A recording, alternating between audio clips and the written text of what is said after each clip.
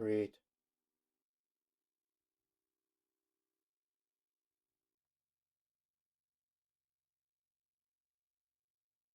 I'm trying to come up with a joke for this, and I've frozen up, I think. I don't think it's going to be a joke this stream. I'm sorry to... Sorry to disappoint. Paz has already sent me a YouTube link. What the hell is this?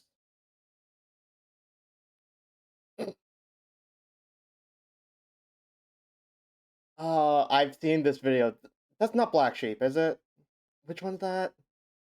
It's a video of a side playing a Black MIDI Guitar Hero chart in the Hall of the Mountain King. Of fucking course it is. That's unironically pretty good, but also I hate you, I think. Paz, you weren't here for the last one, were you? Do you know what the thing is that do you know what the thing is even? Nope.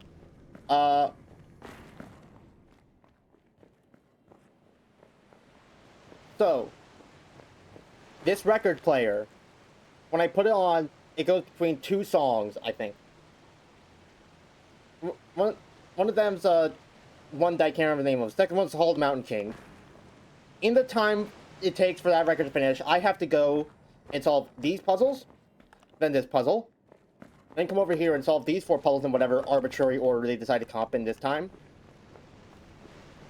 Then I gotta come over here, figure out which one of these 3 puzzles is solvable, do the same thing again here, come through here, enter the maze. Seemingly, at least some of these little cubbies in between the pillars will have puzzles in them that I need to solve. Also, if you walk wrong, there will just be walls blocking you from the other side. And then, once I've done those, I might be able to solve these 3 if God allows it. And if I do that, then I get a code to watch an hour-long philosophical essay or something. Does that explain things?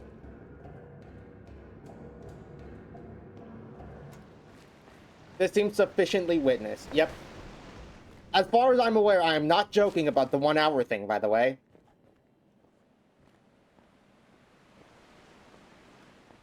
There we get you. Yeah, I have already gotten you. Okay.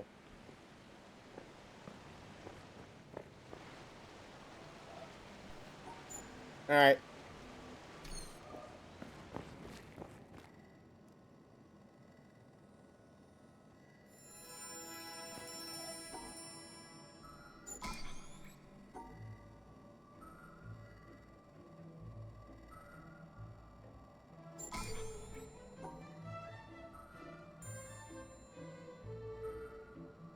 Wait, no shit.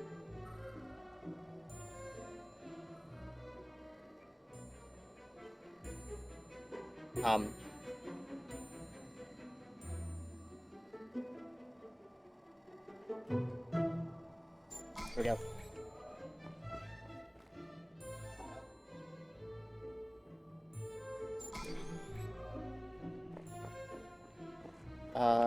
Which one of these puzzles is active?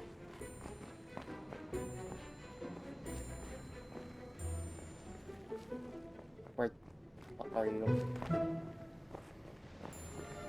Here you are.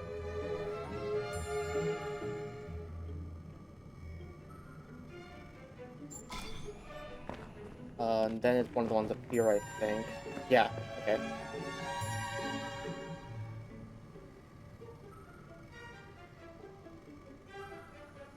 We don't have that.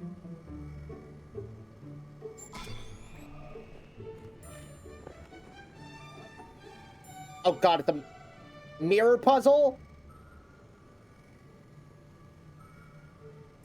Okay, that actually wasn't that bad.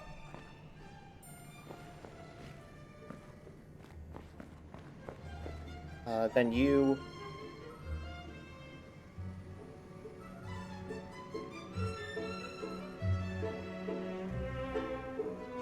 How the fuck do I make this Petra shape when I can't do the things I desire to do?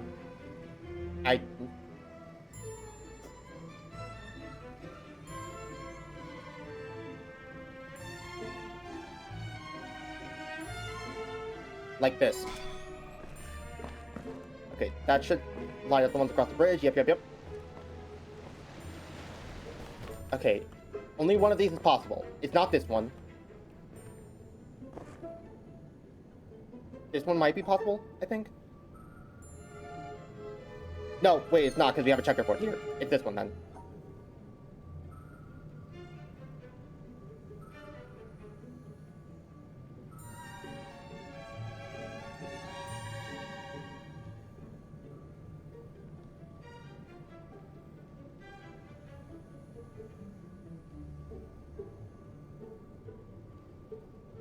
You.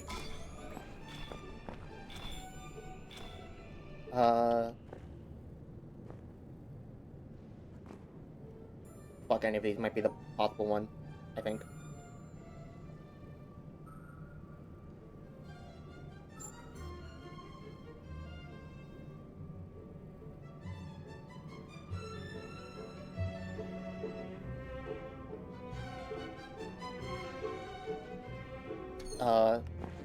This one, instead. Maybe.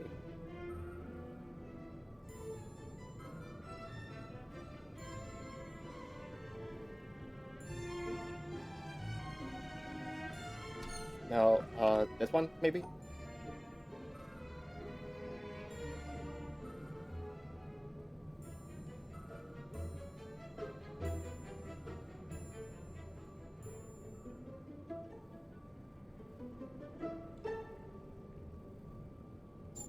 Shit.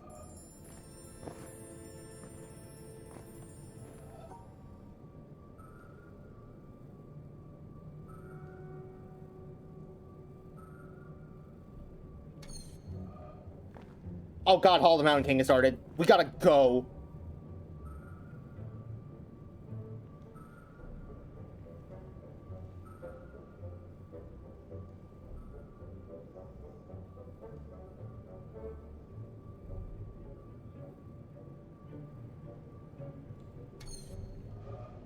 Which one of these is the possible one? I can't seem to figure out any of these.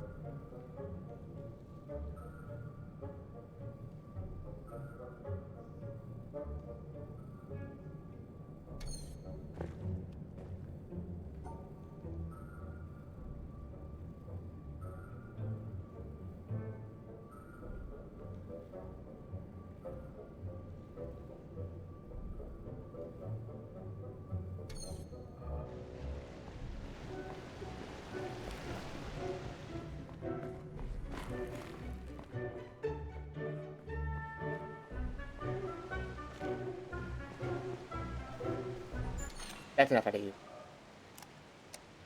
Let's try that again. That was just a that was an unfortunate set of puzzles.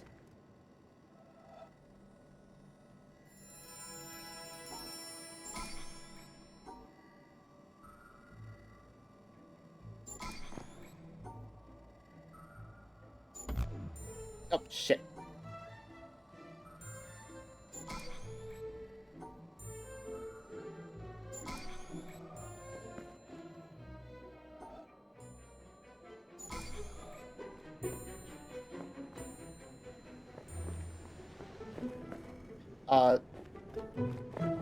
This one, okay.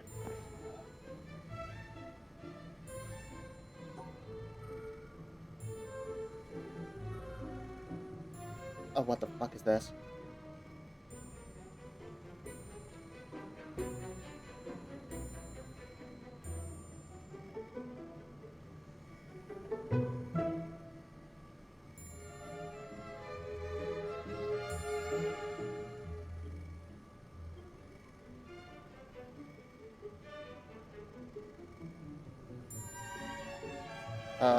Like this. You. That was easy. Okay, you're next.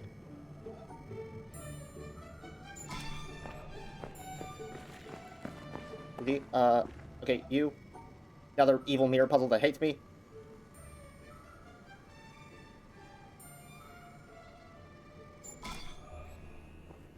I think that's enabled the triplets. Yep. You're not possible. You're not possible because you have a checkerboard pattern in two.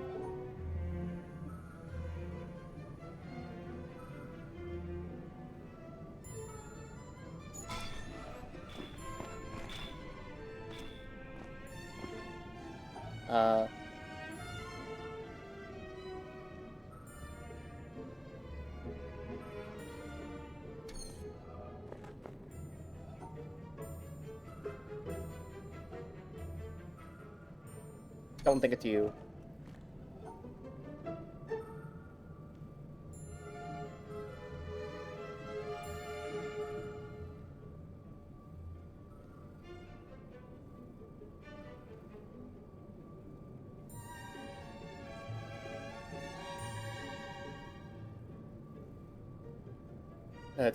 It had to be these puzzles that I found out how to struggle with. What if I solved one of them wrong?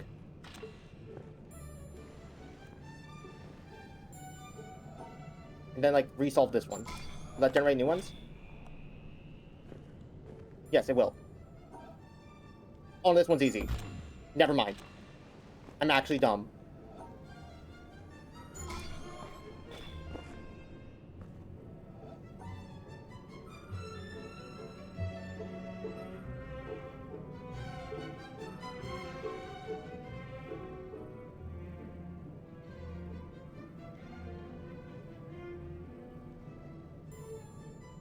No.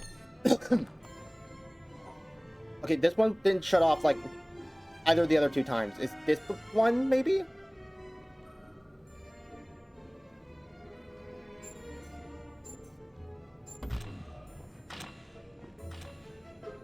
Okay, that one did shut off all three when I did it wrong.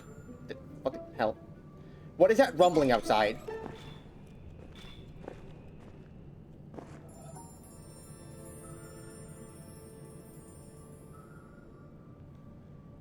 Oh god, I think Call of the Mountain King's about to start.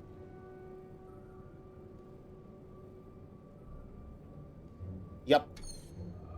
Okay, that one's distinctly not possible because it has a checkerboard pattern. You!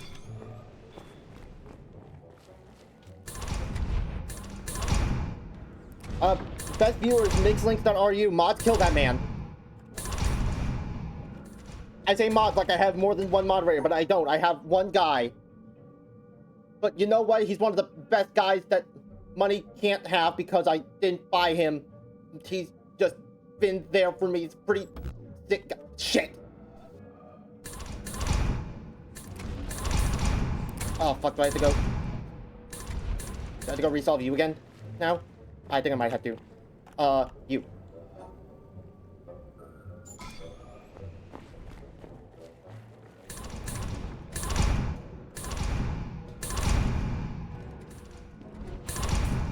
Oh my god! What if a corn maze was Five Nights Fredericks? In this daring new game by Jonathan Blow Me, we answered that very question.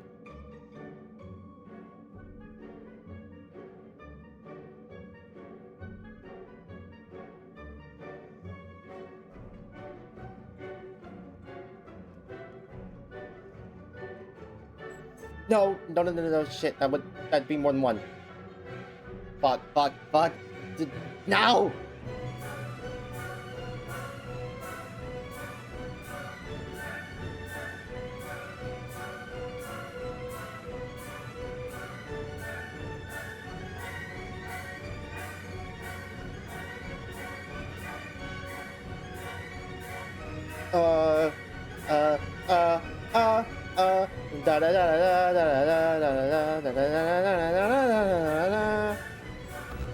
Shit! It's over. It's over.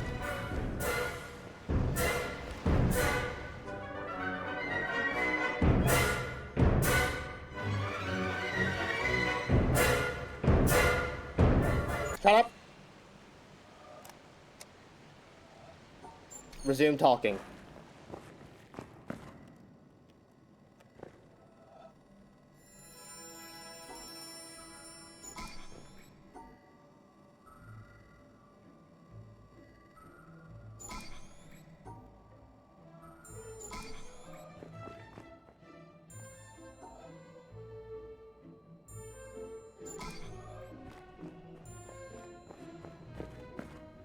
Alright, which one do you use later? You.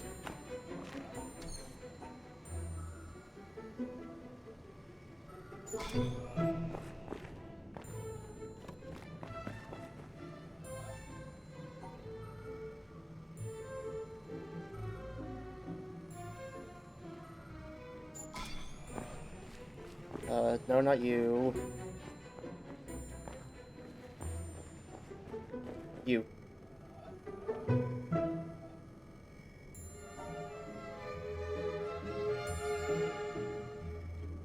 It's just like this, right? Yeah, okay. Okay, then should just be this one left.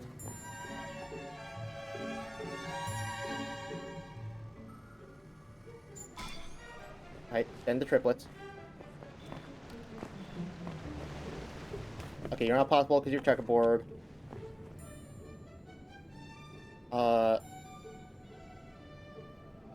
You're not possible because checkerboard. You.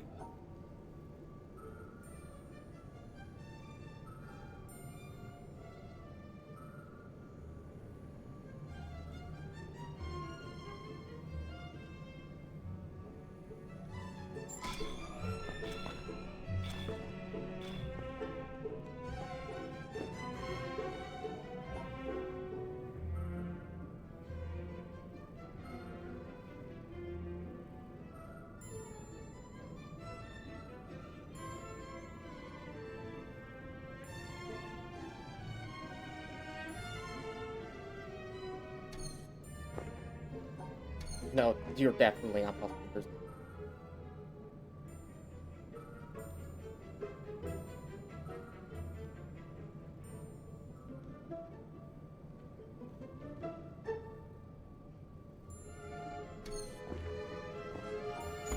Regenerate the puzzles.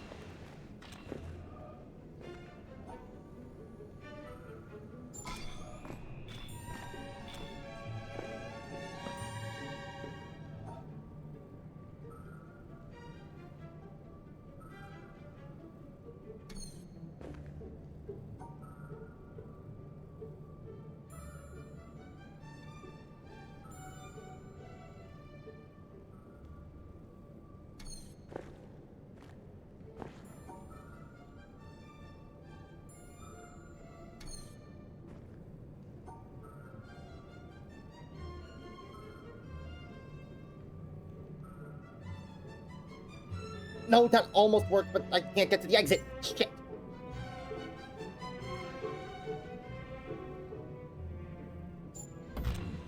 I forgot to separate purple and green. I'm stupid. I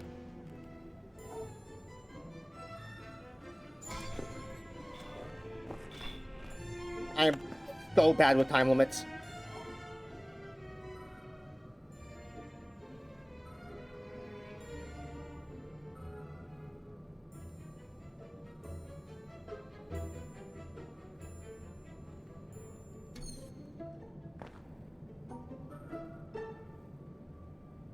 I think we're about to start Hall of Mountain King.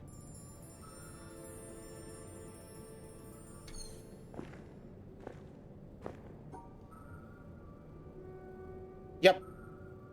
You.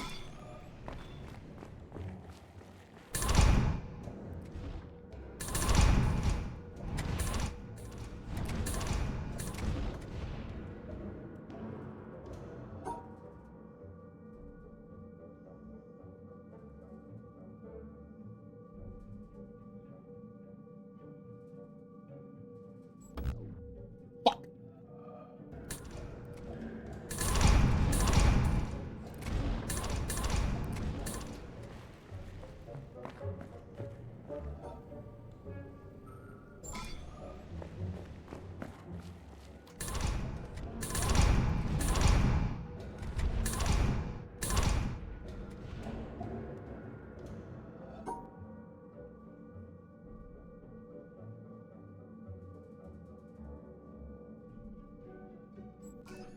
Okay.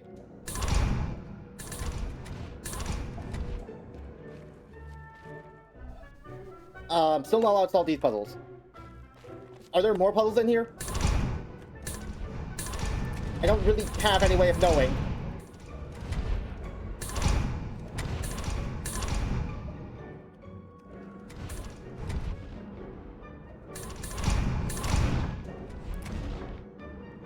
There are. Fuck me.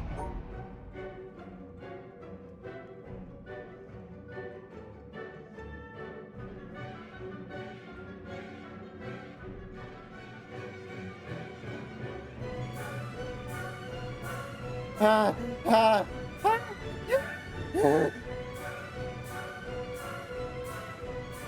Ah, yes, the device. The contraption, as one might call it. What? How do you solve this? What, huh? What is this?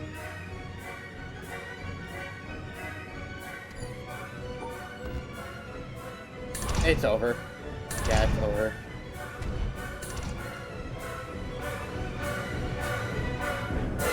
I hate how it gets louder the closer I have to get to turning it off. Like, yes, I'm aware I'm listening to Hall of the Mountain King by John whoever the fuck. Shut up!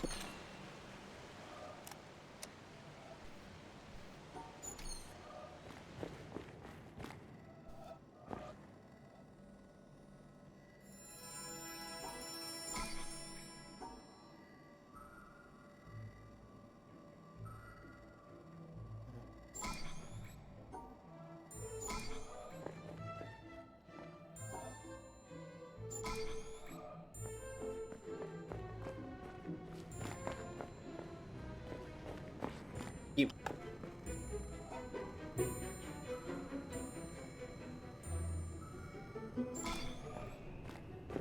Not you, so one of the upper ones. Yep.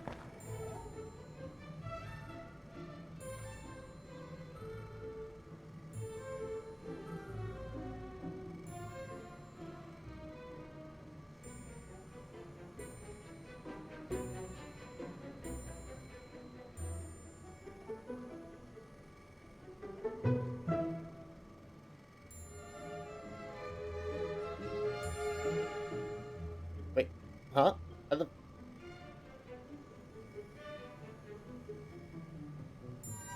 Like this.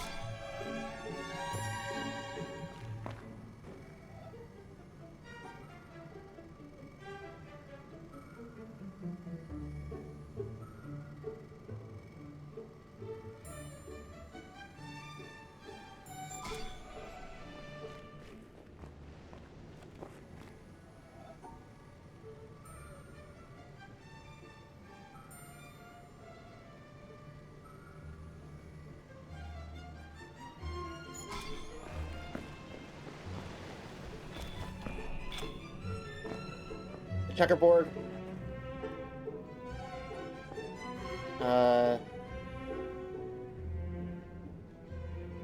Fuck, I don't think either of these are checkerboard. I think this one looks more possible at least. No, it has a checkerboard.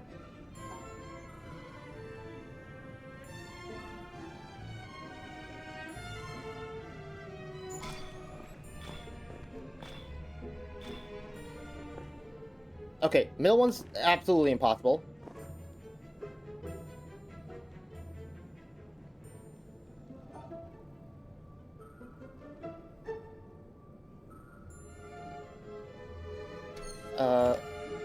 That one might be impossible. Maybe. I'm not entirely sure.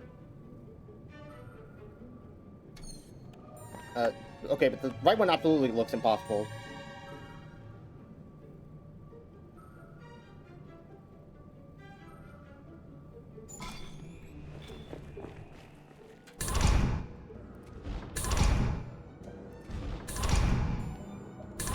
Why are the walls so goddamn loud?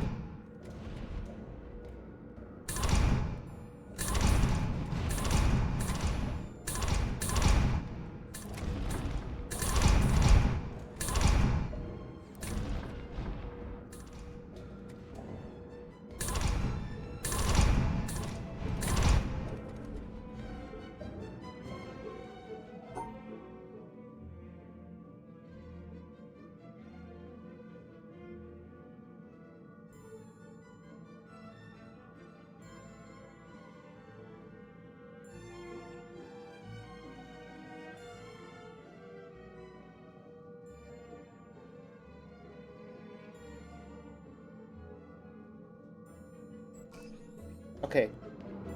Now, evidently there are more puzzles in here. How many? Not sure. I'm gonna bet on 3, because there's 3 of the upper puzzles on the thing that has the windmill code in it. Or theater code, whatever it is. But unfortunately, it's not possible to find them without individually checking every single... You can tell me like I'm back in kindergarten! You're the one I just solved.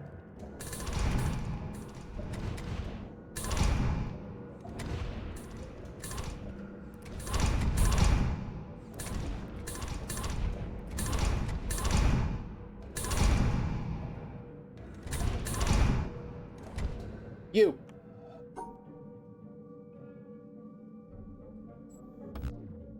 Shit. Do I have to resolve the previous puzzle to get another chance, or is there just another puzzle in here now?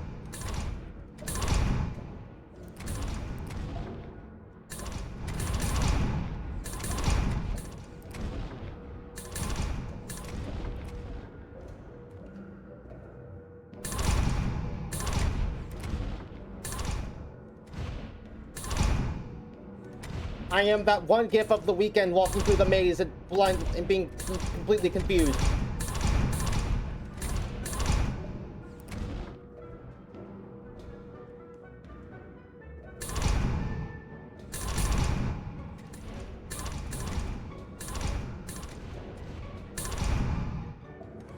I think I have to regenerate the triangle puzzles. If I could get out! Oh my god!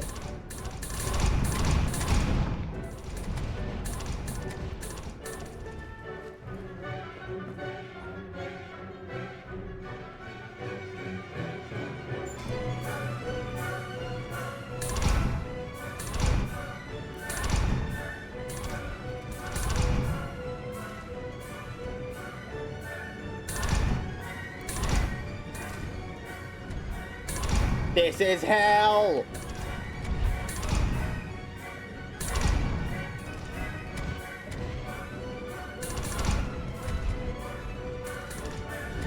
Where the fuck are they?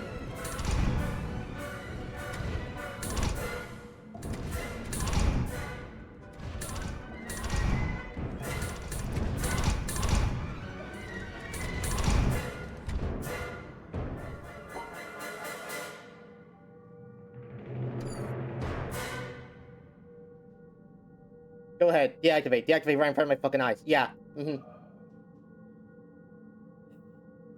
Ah. Coffee. I desire information. How the fuck does the maze work?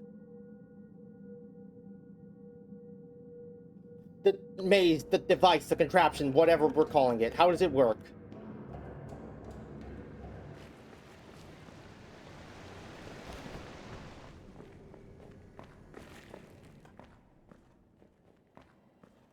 Like, if I get one of the thingies wrong, if I get one of the triangle puzzles wrong, do I have to regenerate, or is there just gonna be, like, another one that pops up? What happens? How many puzzles are there that I need to solve? Is there a way to figure it out? It should look familiar. I'm sure it would if I had the brain power to, like, know for certain. Unfortunately, stress and fear.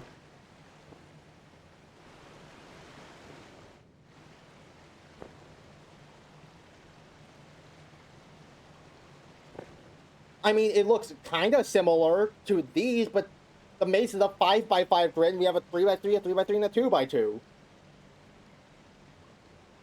That adds up to, like, what, 22? That's not 25.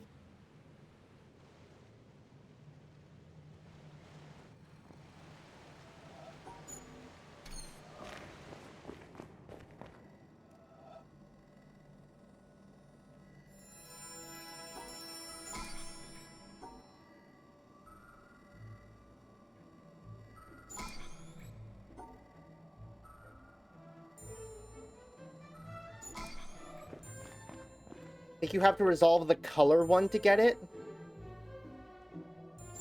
What do you mean, resolve the color one to get it? Get what?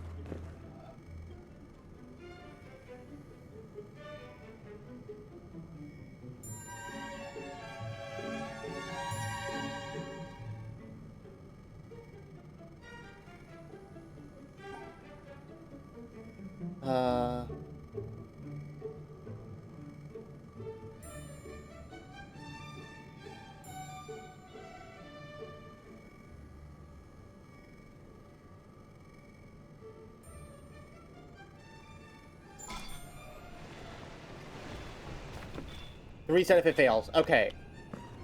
Checkerboard. Checkerboard. You.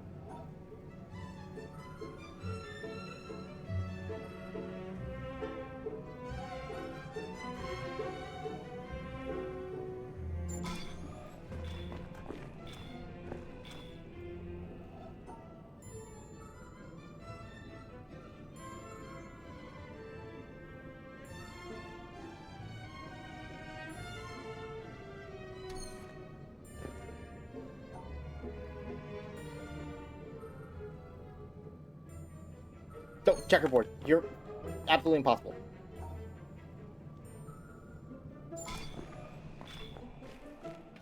You're making record time. And I already found one of them.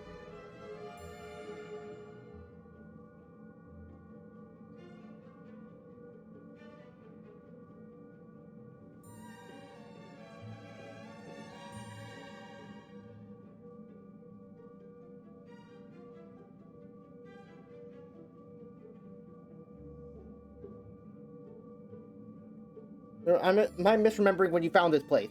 I found it last stream.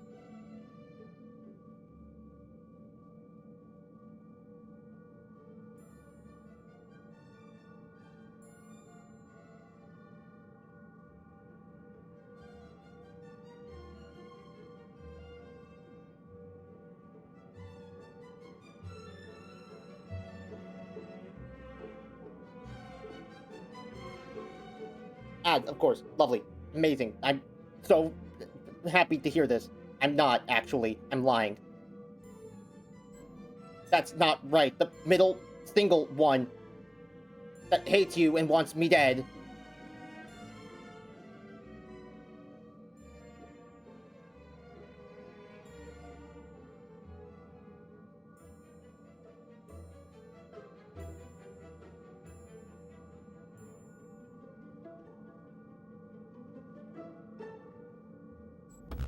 Shit!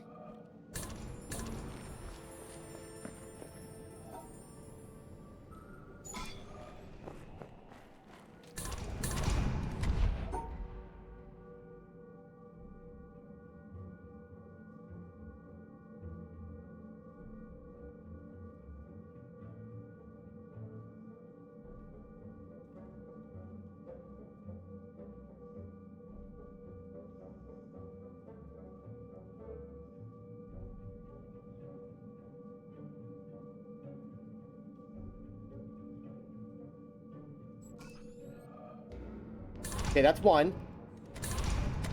Evidently, solving one puzzle isn't enough, because I still can't interact with the ones above the code.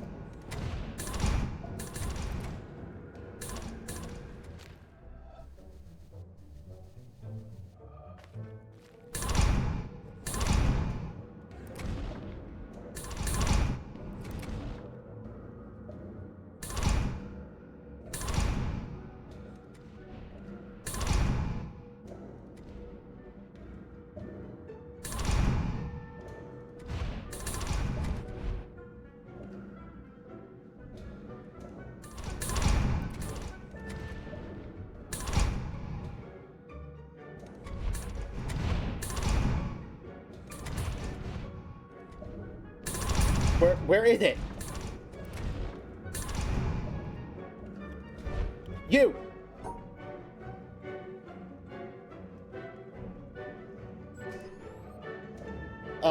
Is that all of them? No, I still can't interact with them. Why can't I interact with them? Oh my god!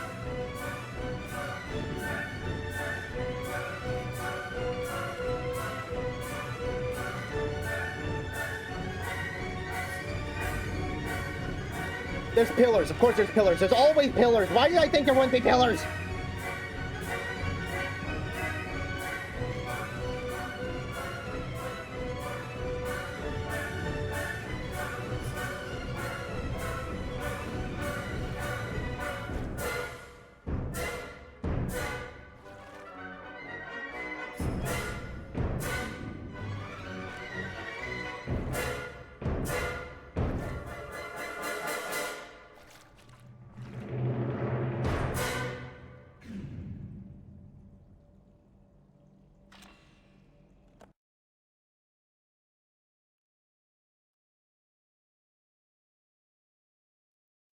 Ah!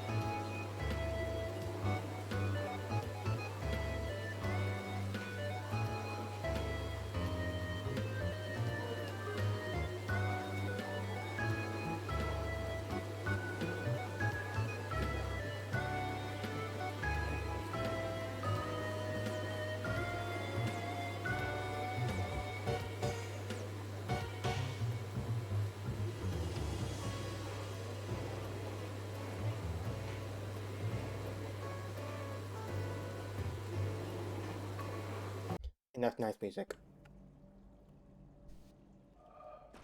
Back into the dungeons with you. If I'm suffering, so should you.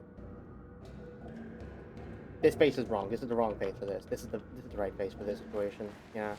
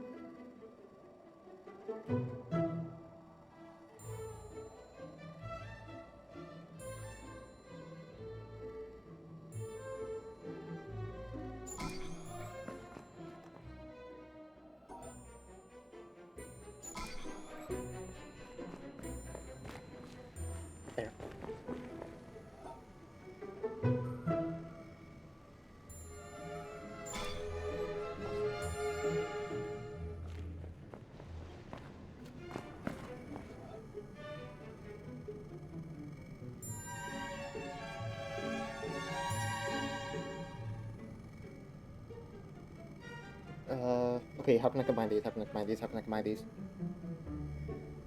Like this. Never mind, no I can't.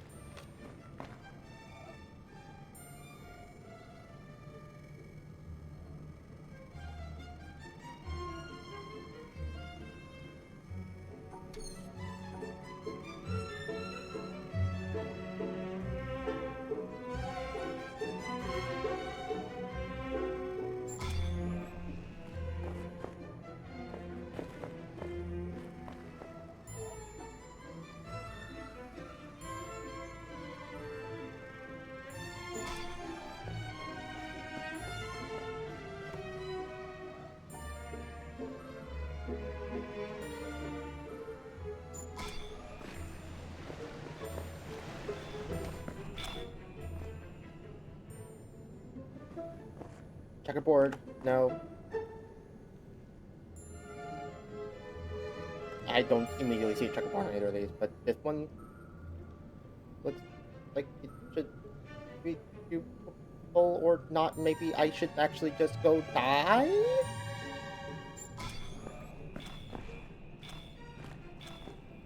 Okay, here's where the challenge becomes bullshit. I have decided.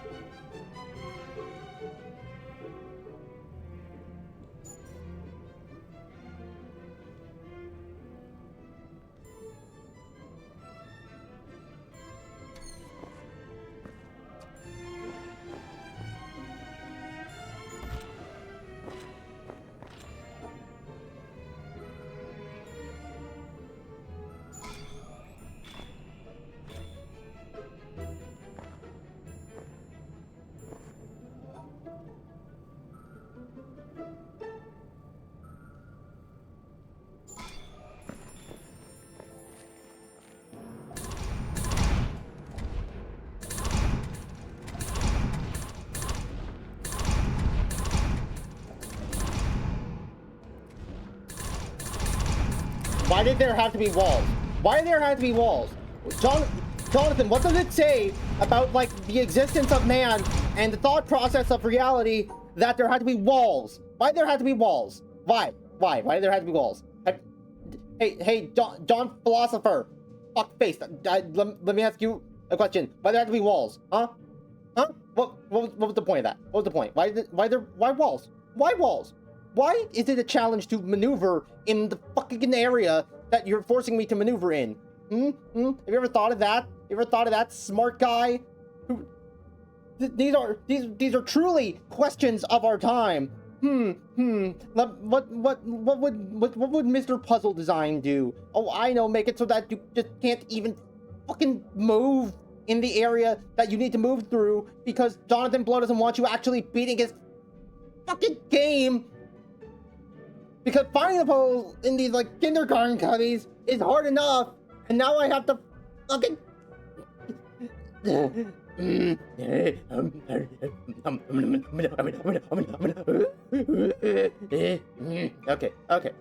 no. I'm fine. I'm good. I got this. Please let me got this. I need to have got this.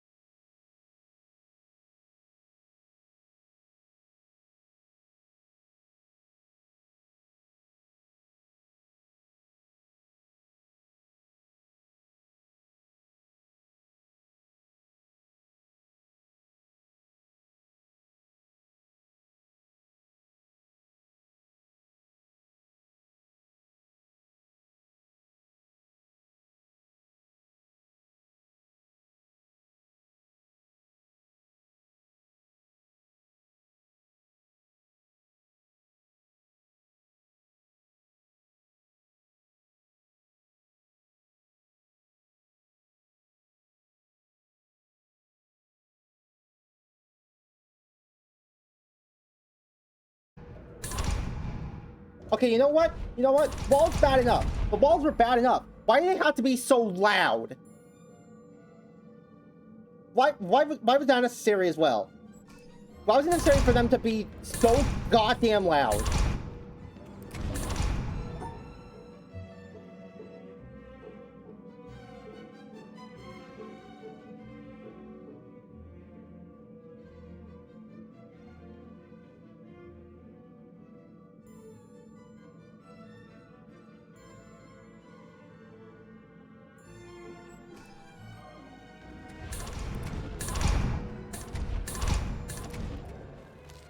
Oh my god, we're getting to the two-pillar puzzle before the Hall of Mountain Kings even started.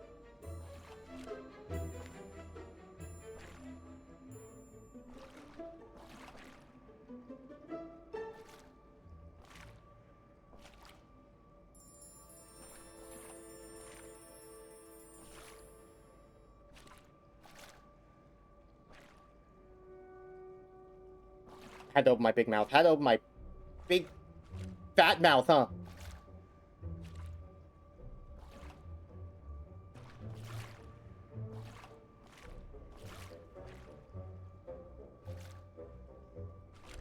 No, for... Why are the pillars impossible to control? Why did they decide to do this? What was the point?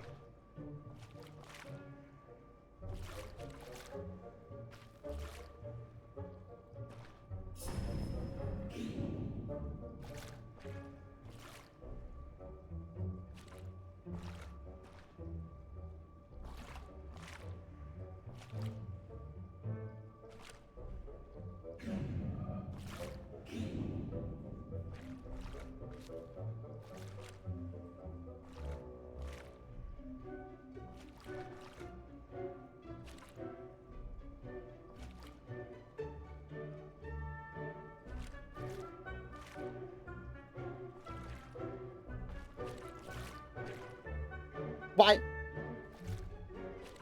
Uh, uh...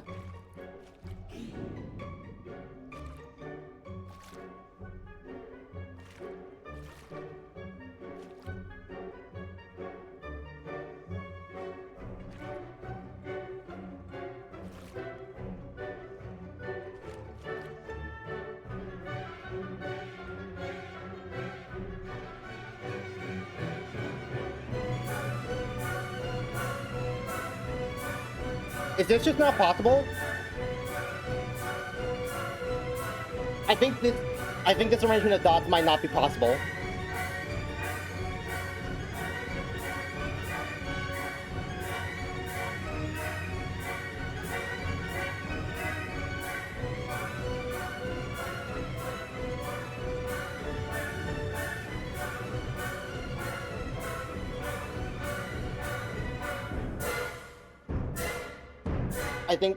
I think categorically this arrangement of dots is just not possible.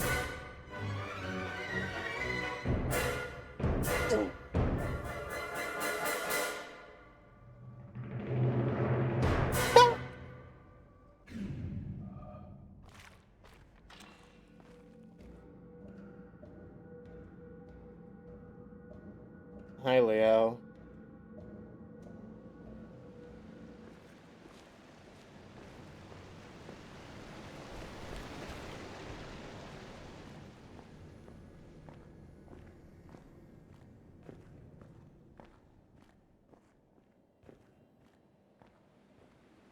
Good morning to you too.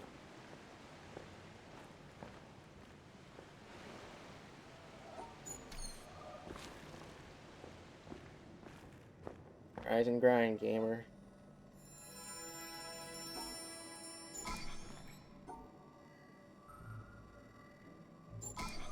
How is everything? I'm currently being forced to go through the maze, so my life is actually shit.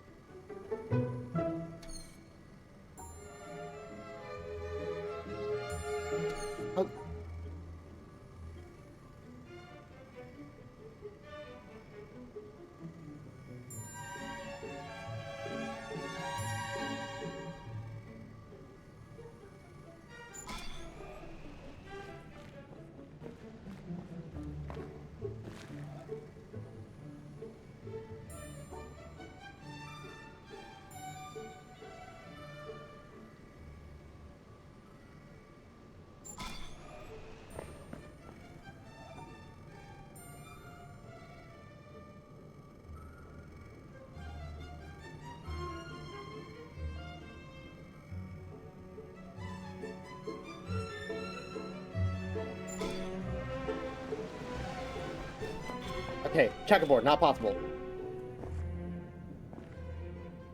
That just doesn't look possible outright. This one looks very possible. Possibly.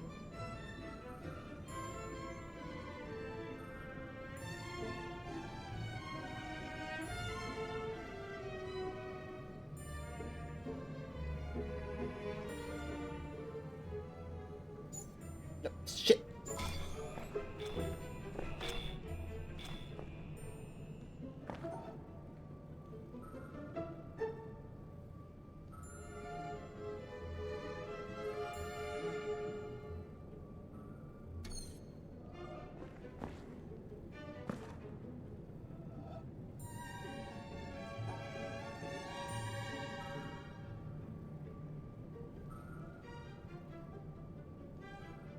There's no way in hell that one's possible.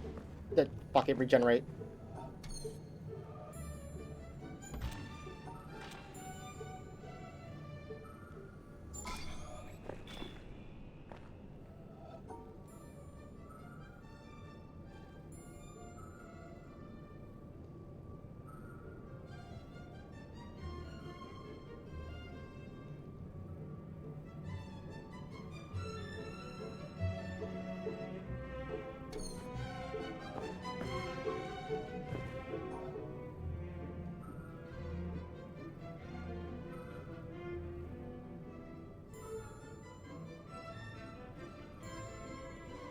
Oh my god, none of these seem to be possible. Fuck off!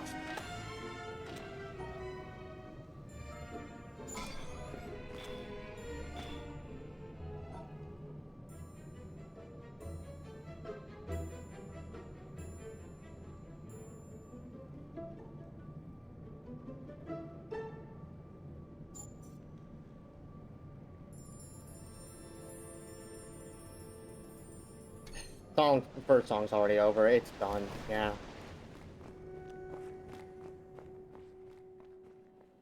Wanna hear your shit? Shut the fuck up, please, and thanks.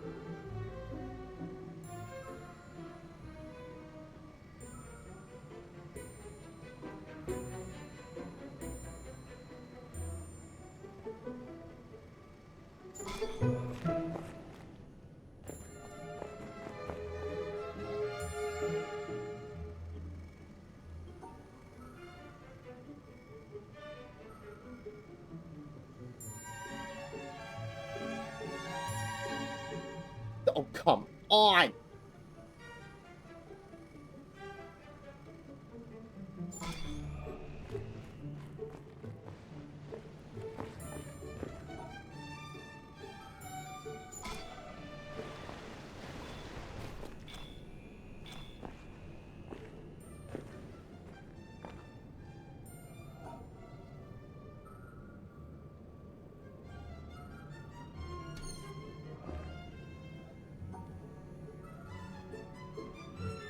No, that's checkerboard. That's checkerboard. It's not possible.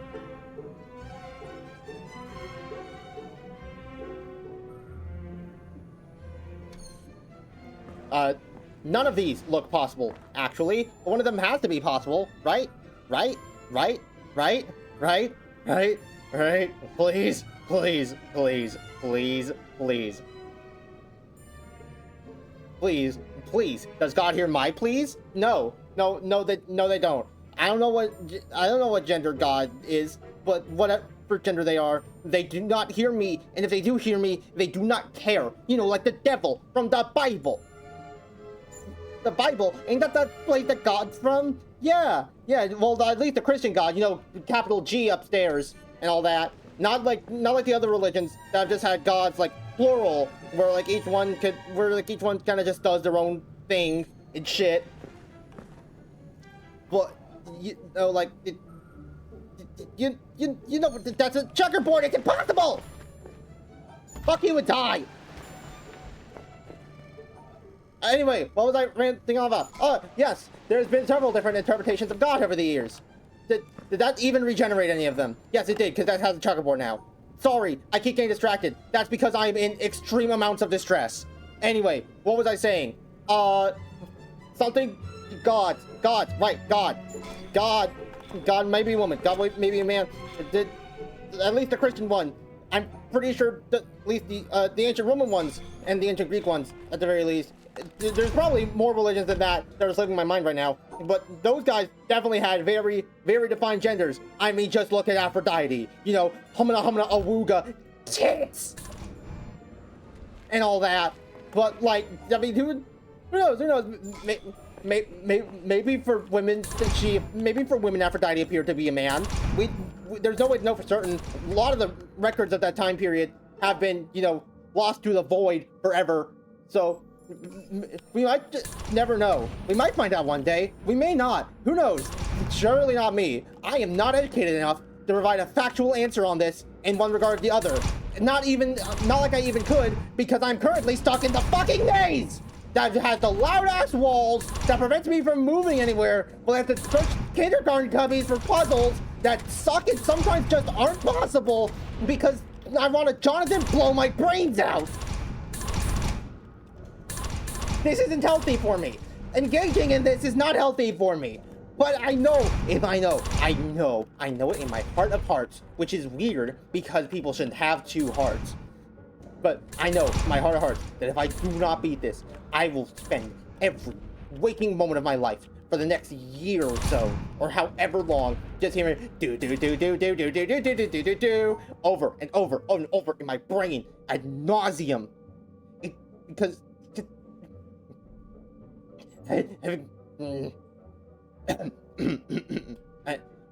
sorry, I'm getting a little bit fussed, as one might say. I'm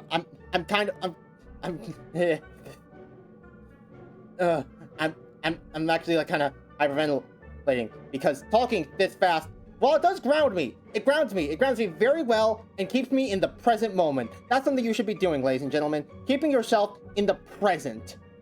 You know, because you know the time's the gift. No time like the present, because the present is a gift. And there's no way I'm solving the fucking pillar puzzles with this amount of time left.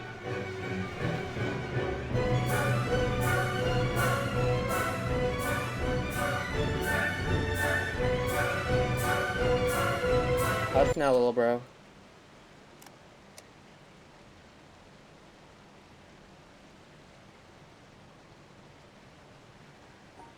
It was the left one. Good to know.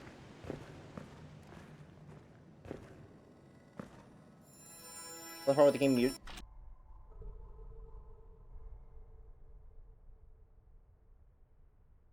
Wait.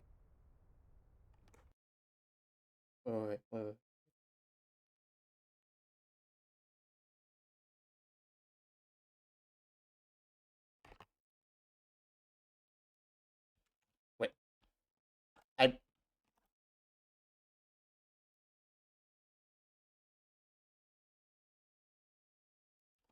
Okay, no, still works. Sick, nasty, awesome. Hold up, let me actually... Fuck you! Oh, how dare I? How dare I pause the game where I can't solve the puzzles anyway? Fuck you, Jonathan! I hate you!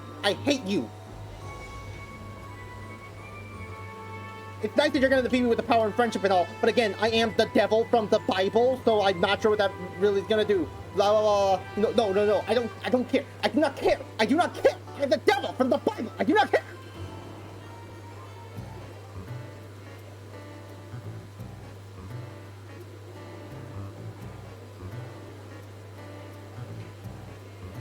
Oh, you know what this music reminds me of? The, like, one other time that I can remember that I had, like, a very severe crash out like this. Fighting the Orvis in Crosscode. Crosscode is a great little indie action RPG. You should play it. You should play it. You should play it right now, in fact. You should stop watching the stream and go play it. I know, wild. You're never gonna hear me say something like that ever again because I'm stressed and I can't think of words properly. But, anyway, where am I? What was I saying? That fight. There's a bonus fight at the end of the DLC, A New Home, where you fight like a very major in-game plot relevant character who isn't actually plot relevant, he's just kind of there.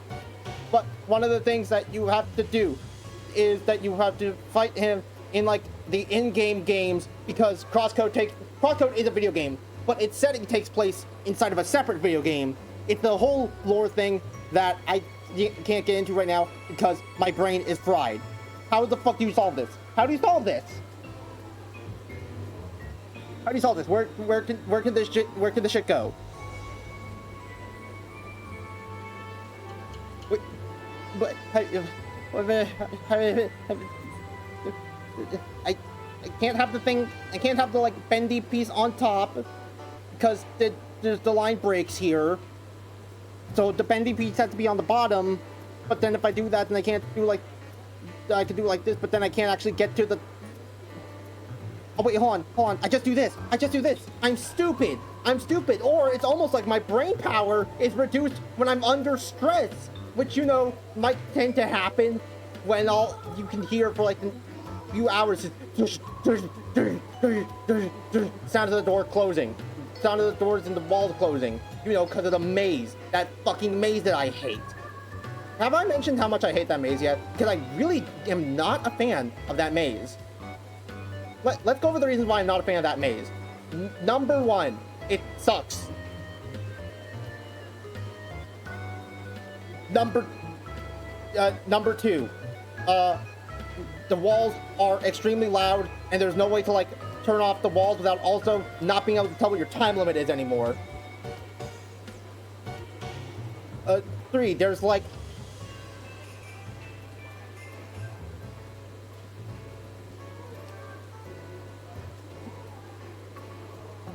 there's like.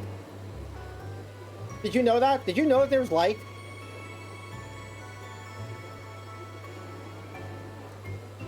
One might even say that there's like.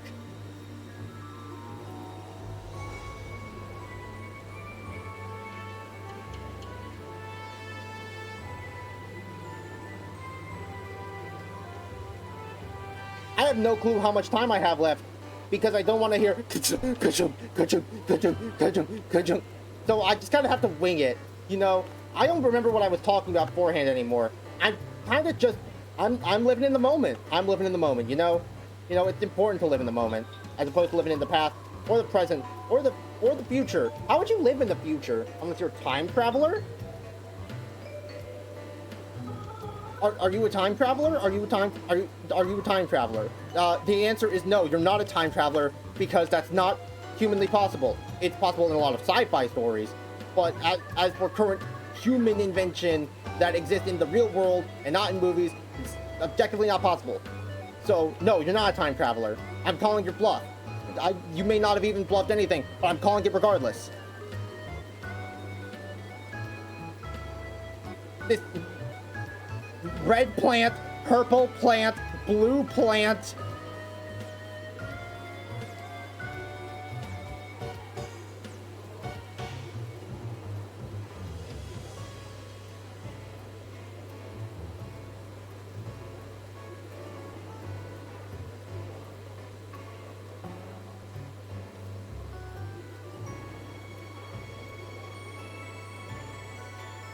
I've run out of talking points. Thank you for coming to my TED Talk.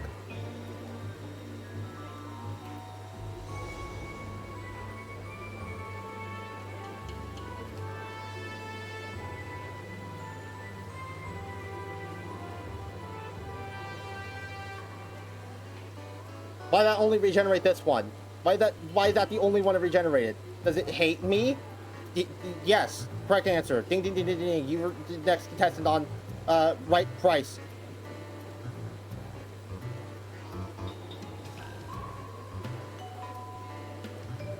Okay, that works. That works. I have no idea. I have no goddamn idea how much time I have left. And that's because Jonathan Blow hates me. I find this part delightful, but there's no accounting for taste, I guess. I mean, my taste is, I get, like, just instinctually very stressed when there's time limits. I'm not good with time limits, just, like, inherently. I would love to be better with time limits, but unfortunately, just as there's no accounting for taste, there's no accounting for the fact that I'm literally not built right for being able to handle time limits.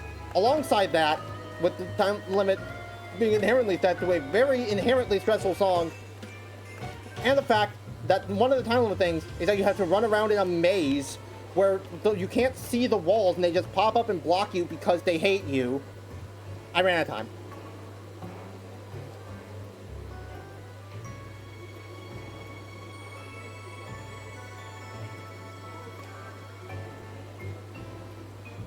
Taking music requests.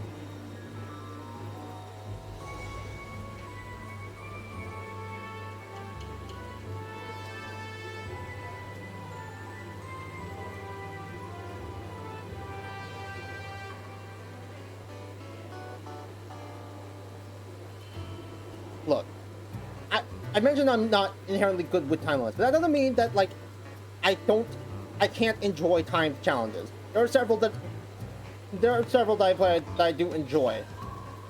Like, just on the face of it. The problem is that the reason the time limit is even, like, 90% as strict as it is not because puzzles are hard. Like, the puzzles are hard. Let's get that straight. Puzzles are, in fact, difficult, as one might say, in the industry. That's what I call my live stream, twitch.tv/Lunaris. They are hard, but you know what? Hard puzzles, I'm playing the witness. I'm in bonus area of witness. I would sure hope they are. You know.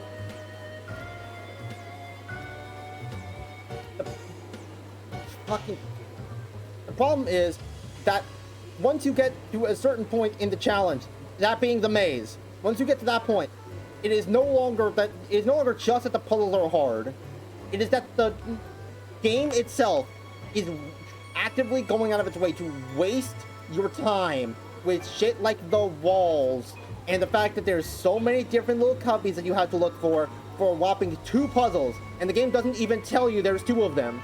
I was going off the assumption there was 1, and then going forward and being like, hey, why can't I participate in the video game? And the video game decided to, like, call me very mean names in response. So instead I have to just hear, like, the loud ass noises because the game doesn't even have volume settings while running around, and the game's like, no, I know you're already doing something very stressful, but, like, what if you had to navigate a maze where you can't see what the dead ends are? It's very fun. It's very calming. Me when I lie a lot. Did you know that? Did you know that? Did you know that I lie a lot? Some might even say that I lie a lot. I don't know what that means in this context, but some might say it.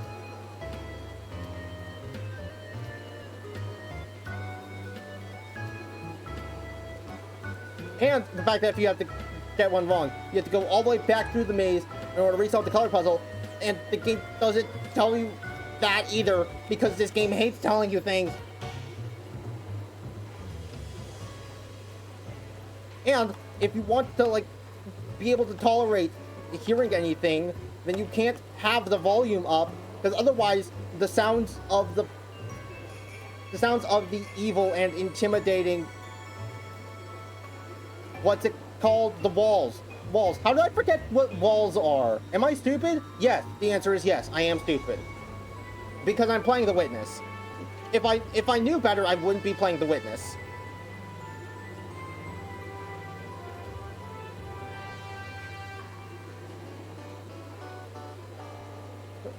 What was I talking about?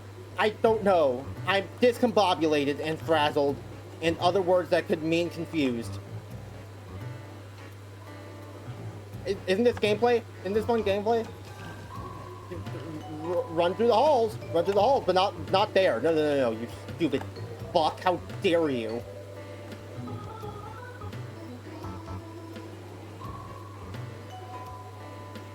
Piece of shit! How dare you try and go this way in this seemingly open maze? How much time do I have left? I don't know. I don't know. I will probably never know. Well, I will know once time runs out. You know, because that's how timer work.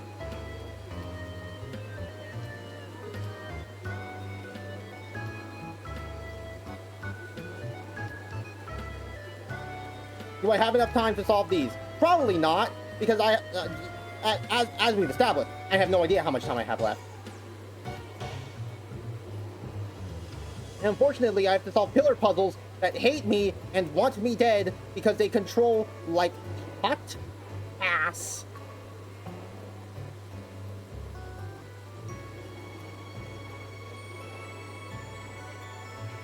And I can't even, like, see the entire thing at once, because why would I? Why would I be allowed to do that? That would be helpful. That would make things tolerable. To some extent, maybe even fair. But nah. Fairness is a neoliberal crutch or whatever that line from the Looker is. I can't remember anymore. I can't remember a lot of the lines from the Looker.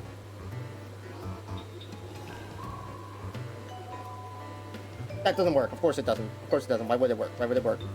I'm absolutely running out of time. How much time do I have left? I don't know. How much time do any of us have left on this earth? Have you ever thought about that question? No, because it's like inherently kind of...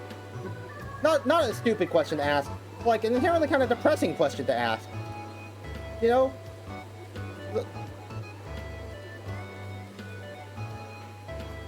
What am I doing? Where am I? How am I not out of time yet?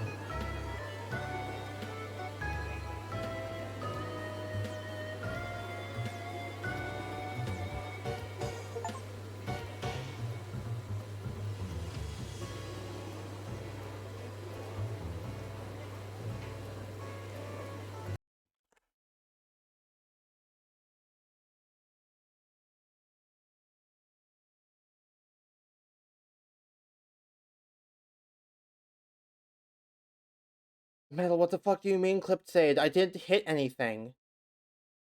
I didn't press the button. I didn't press the clipping button. What?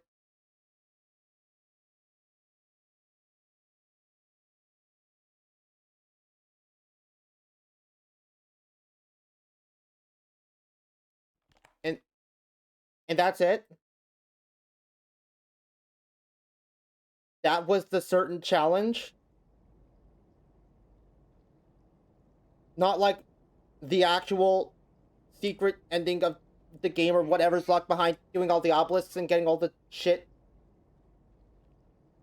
Just a code?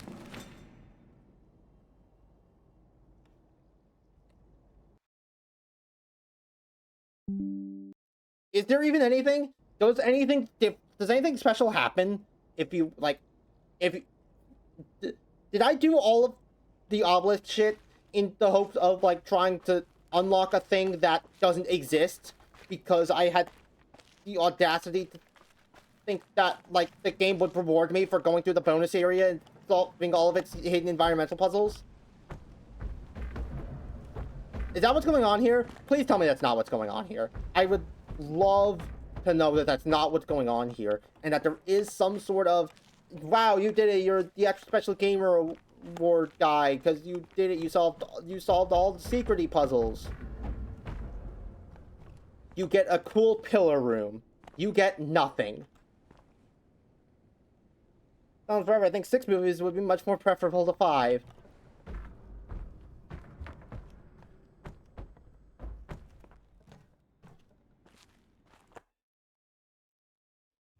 does something happen if you solve all of the environmental puzzles in the witness?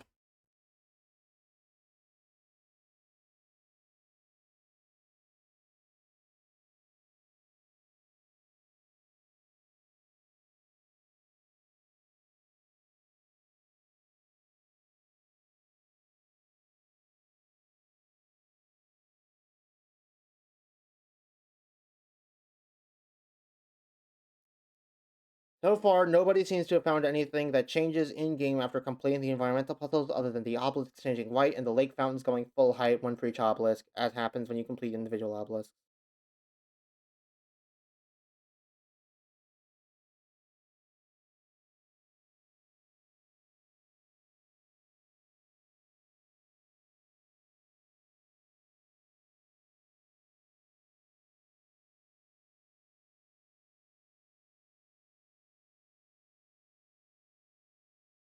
Spoiler, I did not care about spoilers. I wanted to know. I looked it up. I wanted to be certain one way or the other.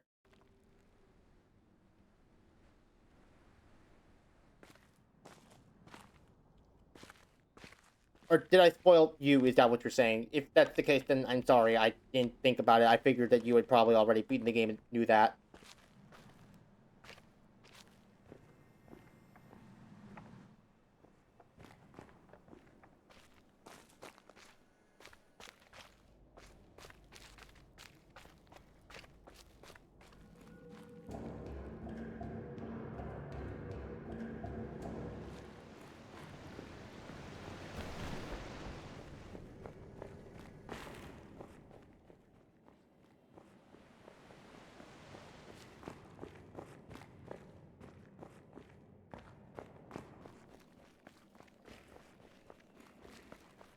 So, the game went out of its way to set up this mystery that there's like hidden environmental puzzles all around the place.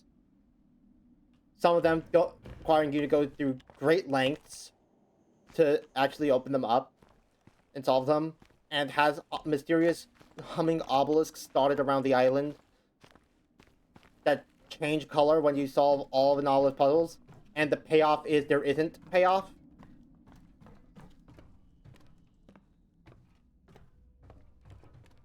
The payoff is a sense of pride and accomplishment.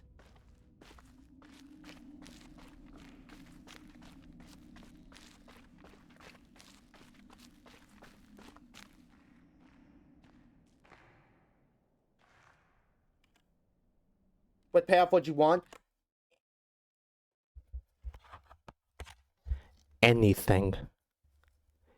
Any sort of acknowledgement from the game that it gave me an extra challenge and I did the whole thing that it presented to me. An answer of some sort. I would like the game to not pose another question. I'd like the game to have the audacity to answer one of its own questions for once, instead of just saying, what if a thunderclap or something? What if a thunderclap or some shit, a phantom at dawn, the obelisk of knowledge, the stones of reflection. I want the game to do anything other than snob its nose at me and ask me to be grateful that it gave me nothing.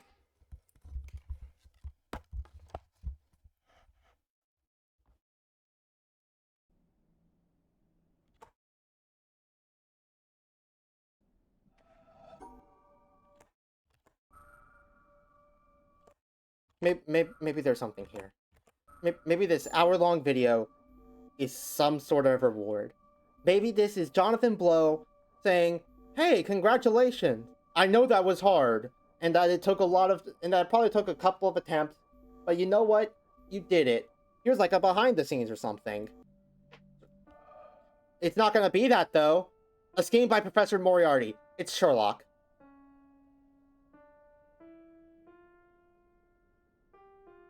Oh, this is the secret of Psalm 46, is it?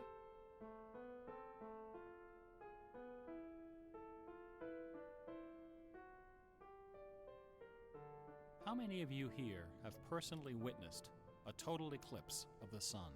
Me. To stand one The day... game's muted? No, it's not.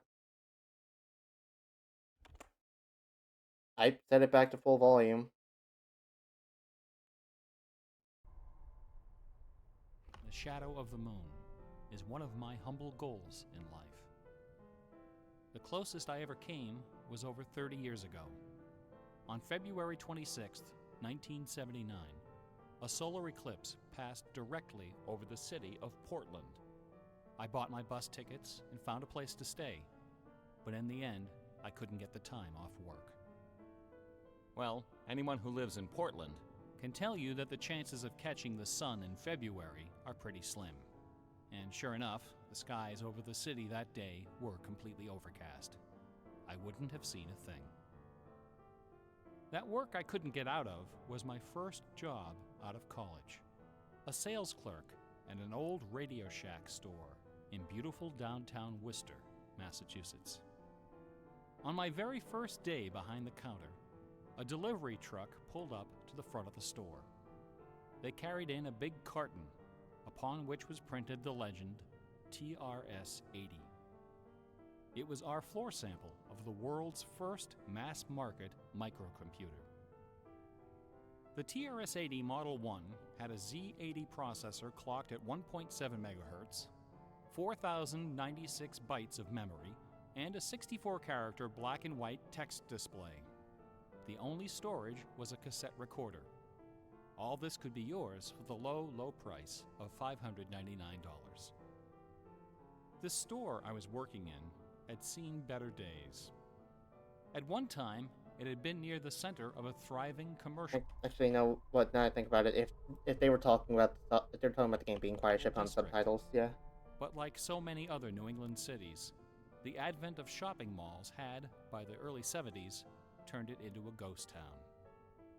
Worcester's solution to this problem was decisive, to say the least. The city's elders apparently decided that if they couldn't beat them, they would join them. And so, several square blocks at the heart of the city were bulldozed into oblivion, destroying dozens of family businesses, including the site of a pharmacy once operated by my great-grandfather. In their place was erected a vast 3-level shopping complex with cinemas and a food court.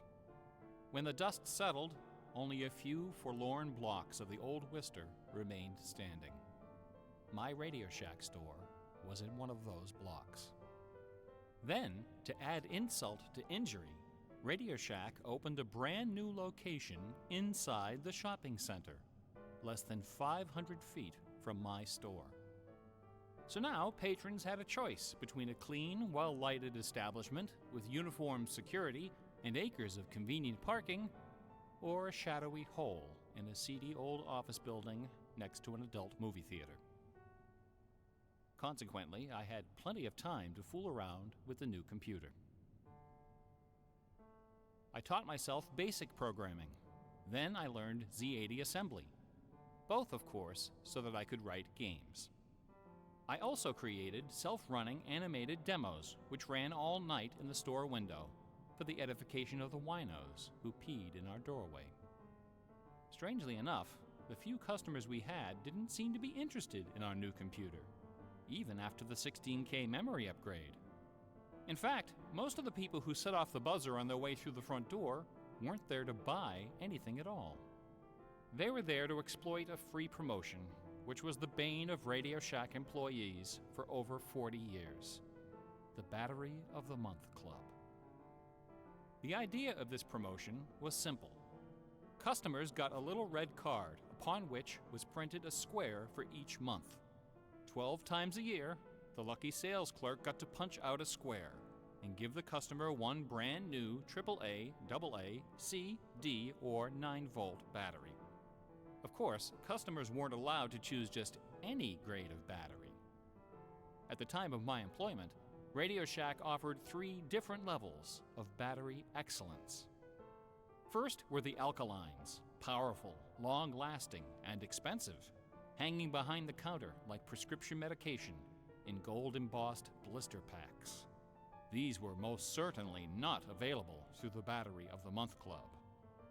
Next were the high-end lead batteries, sturdy, dependable batteries, moderately priced, and prominently displayed near the front of the store.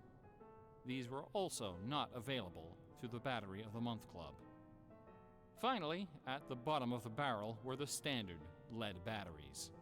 These were literally piled in barrels, cunningly located way at the back of the store, in a dark corner near the TV antennas. Remember TV antennas? Customers who came in looking for their free Battery of the Month had to walk the entire length of the premises, past the CB radios and stereo headphones and remote-controlled racing cars. Nothing would stop them. On the first day of every month, like clockwork, those customers came in waving their little red cards. I would look up from my programming and wave them to the back of the store. Leo needs to go use the bathroom. All right. Go on. I can pause the movie. Wow, it's like a fake movie theater because that doesn't happen in real movie theaters. By the way, did you do FNAF puzzle? I don't know what you're talking about. What are you talking about, FNAF puzzle?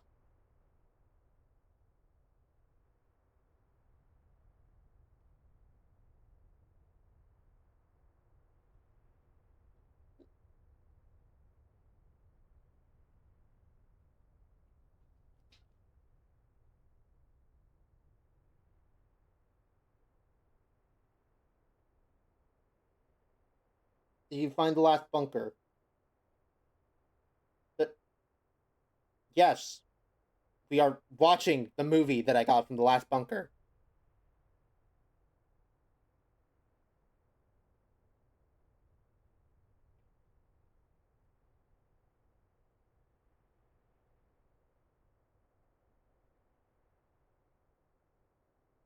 Yes, the time challenge. Like, I finished the time challenge. I got the achievement for it and everything.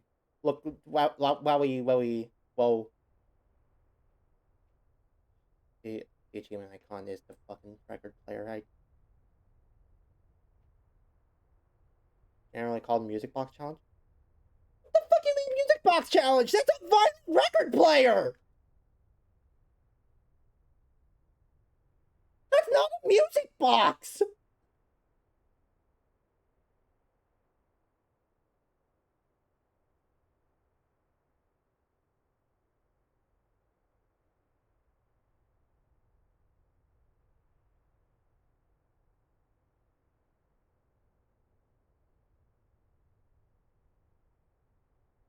I don't know what to say to you, man. Leo, Leo, is that true? Is that true? Is this referred to as the music box challenge? Even though that is a vinyl record player and not a music box?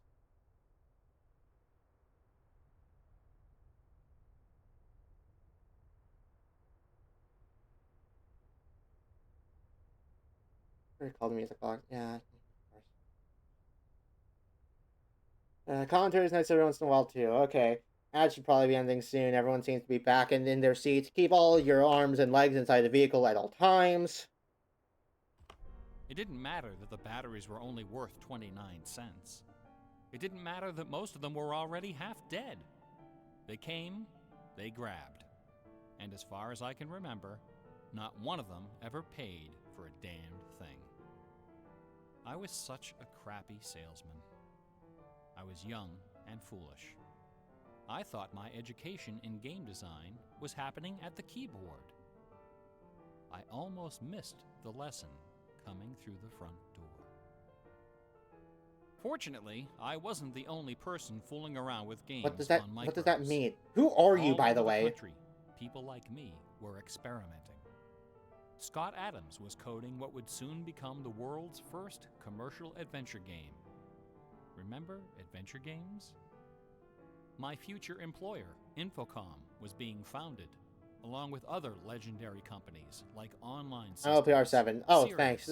Hi, I'm Personal Lunaris. Software, and Twitch.tv/Lunaris. Those were exciting times. Teenagers were making fortunes. Games were cheap and easy to build. The slate was clean. But in 1979, the biggest news in gaming had nothing to do with computers.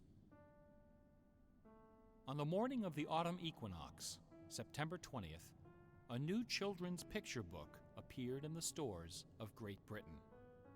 This picture book was rather peculiar. It consisted of 15 meticulously detailed color paintings, illustrating a slight whimsical tale about a rabbit delivering a jewel to the moon. Shunga? On the back jacket of the book was a color photograph of a real jewel, shaped like a running rabbit, 5 inches long, fashioned of 18-karat gold, suspended with ornaments and bells, together with a sun and moon of blue quartz. Okay. According to the blurb underneath, this very jewel had been buried somewhere in England. Clues pointing to its location were concealed in the text and in the pictures of the book. Scavenger hunt, okay. The treasure would belong to whoever found it first. The book was called Masquerade. It was created by an eccentric little man with divergent eyes and a talent for mischief. That's what I want to be known as when I die.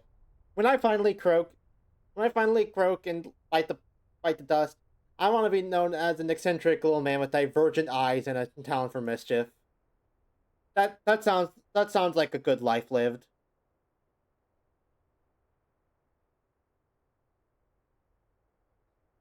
Named Kit Williams. I know a Kit. Within days, the first printing was sold out, and the empire that never sleeps found itself in the grip of rabbit fever. Excited readers attacked the paintings with rulers, compasses, and protractors.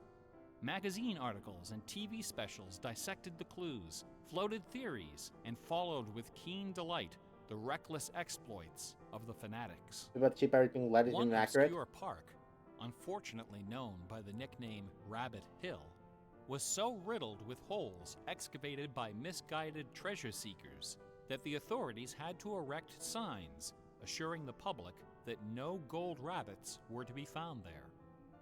Some hunters ended up seeking psychological counseling for their obsession. The craze leapt over the Atlantic Ocean and invaded America, France, Italy, and Germany. It sold over 1 million copies in a few months, a record unrivaled by any children's title Well, if I'm until gonna the look this advent up. of Harry Potter. Over 150,000 copies were sold in foreign translations, including 80,000 copies in Japanese, despite the fact that the puzzle was only solvable in English. It didn't matter that the masquerade jewel was only worth a few $1,000s. Many seekers spent far more than that in their months of exploration and travel. It was the thrill of the chase, the possibility of being the one. Treasure hunts, secret messages, and hidden things seemed to exert an irresistible appeal.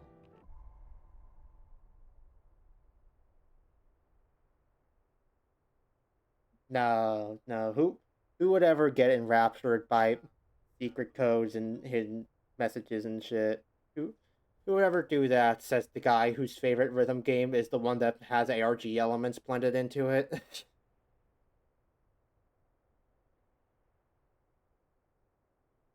Do you expect to keep playing Witness? No. I'm watching The Secret of Psalm 46, and then I am done. As far as I can tell, there is nothing left in this game that would satisfy me. I'm taking my last reward, and I'm gonna do something else. If you guys decide to stick around for that something else, it would be nice to have you. If you don't, I understand. Either way, we have... And of course, this is an environmental puzzle you're supposed to be solving from behind the screen. How? They're fun to look for. This... Exploited in computer games. Oh my god, are we being for real right now? Expression in surprises we call Easter eggs.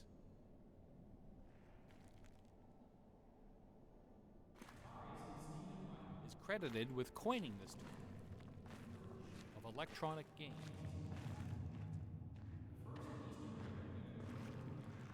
A appeared in an early Atari 2600 cartridge called, simply enough, Adventure. Yeah, By a adventure. sequence of unlikely movements and obscure manipulations, players could discover a secret room where the words "created by Warren Robinette" appeared in Hey, flashing Robin. I know a letters. Robinette too. Over the decades, Easter eggs and their evil twin, cheat codes, have become an industry within an industry. Entire magazines and websites are now devoted to their carefully orchestrated discovery and dissemination. They're part of our toolkit, our basic vocabulary, the language of computer game design. Computer gamers may have been the first to refer to hidden surprises as Easter eggs, but we certainly weren't the first to use them. Painters, composers, and artists of every discipline have been hiding stuff in their works for centuries. Yeah. The recent advent of VCRs and Laserdisc players with EP freeze-frame included for this one is capability funny, given exposed Moriarty's main basis. decades Oh yeah, of right. His name is secret Moriarty. Disney erotica. Thomas Kincaid, the self-appointed painter of light, amuses himself by hiding the letter N in his works. A number beside his signature indicates how many N's are hidden in each painting. That's cute. Picasso, Dali, Raphael, Poussin, and dozens of other painters concealed all kinds of stuff in their paintings. A favorite trick was hiding portraits of themselves, their families, friends, and fellow artists in crowd scenes. El Greco loved dogs, but the Catholic Church forbid him from including any in his sacred paintings. So he hid them, usually within the outlines of celestial clouds. Composer Dmitri Shostakovich chafed under the political censorship imposed by the Soviet Ministry of Culture.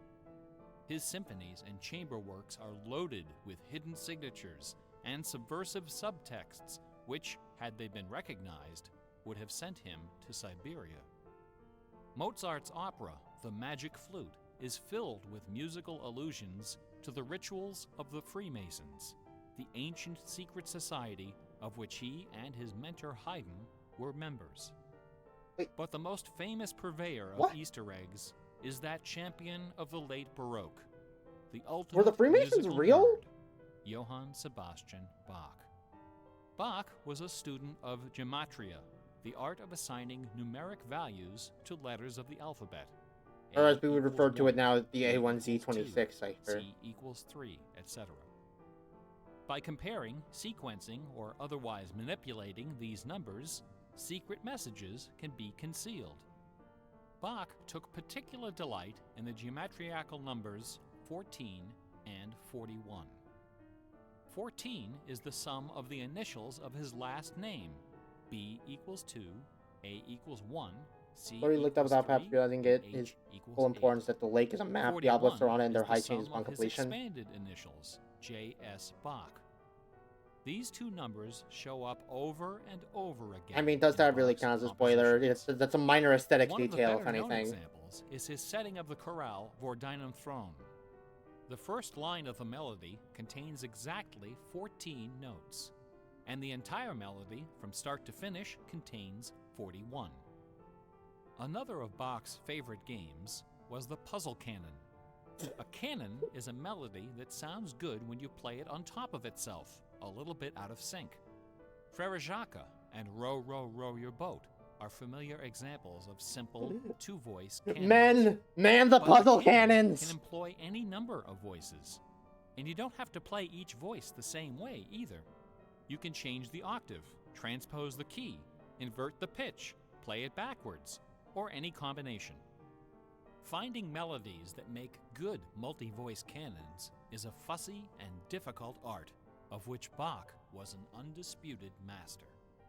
We're in a 1, puzzle 2, canon, 3, the 4, 5, composer 6 in. specifies the basic melody and the number of voices, but not the relationship of the voices.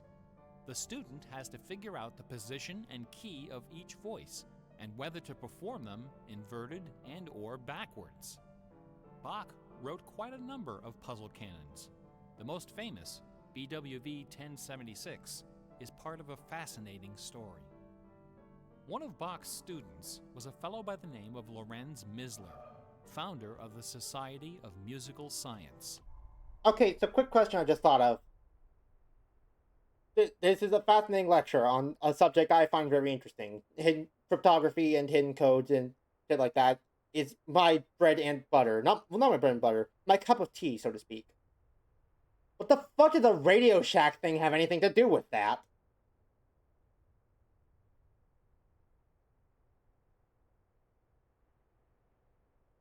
What importance did the Battery of the Month Club thing have to this discussion? I don't know. Great. Like, it's a fun detail regardless. This elite, invitation-only institution I probably would not have devoted noticed it, I'll be so itself to the real. study of Pythagorean philosophy and the union of music and mathematics. Its distinguished membership reads like a who's who of German composers, including Handel, Telemann, and eventually Mozart. Applicants for membership in the society were required to submit an oil portrait of themselves, along with a specimen of original music. With nerdly efficiency, Society member number 14 decided to combine these admission requirements into a single work. He sat for a portrait with Elias Haussmann, official artist at the court of Dresden. This portrait, which now hangs in the gallery of the town hall in Leipzig, is the only indisputably authentic image of Bach in existence. The Haussmann portrait shows Bach dressed in a formal coat with exactly 14 buttons. In his hand is a sheet of music paper, upon which is written a puzzle canon for 6 simultaneous voices. In 1974, a manuscript was discovered which proved that this canon was the 13th in a series of exactly 14 canons based on the ground theme of the famous Goldberg variations.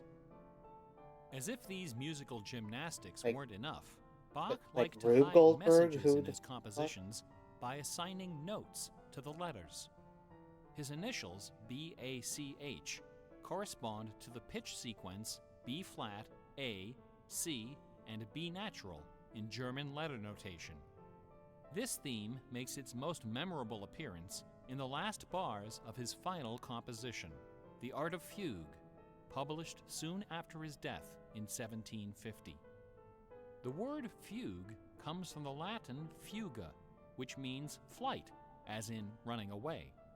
So the art of fugue is the art of flight, the art of taking a theme and running with it. Bach wrote hundreds of fugues, but none as sublime as this sequence of 14. In the last and most complicated fugue in the series, the first and second sections develop normally. This is followed by the B-A-C-H signature, and then suddenly, without any warning or structural justification, the fugue stops, dead in its tracks. One of the composer's 20 children, his son Carl Philipp Emanuel, claimed that Bach died moments after those last few notes were written. This story is probably apocryphal. The Easter eggs in Bach's music are a pleasant obscurity, known chiefly to professors and students of Baroque music. But That's in what I want March to of explain, but a fugue is 2002, just sort of a when this compositional lecture technique. was first delivered, those Easter eggs were the talk of the entire I do think I've classical heard music of industry. a fugue in Sitting music near theory the before. top of the classical music charts that month was a compact disc on the ECM label called Morimer. It was performed by the Hilliard Choral Ensemble, together with a talented but, until then, little-known violinist, Christoph Poppen. The music on Morimer is based on a geometrical analysis of Bach's Partita in D minor for solo violin. This analysis, by German professor Helga Thon, assigns numeric values to the duration of notes, the number of bars, and the German letter notation of the partita. In doing so, she claims to have discovered the complete text of several liturgical ceremonies encoded in the notes. Okay. Bullshit. unless you explain like the actual logic of how you came to these specific numbers and whatnot, like that doesn't mean anything.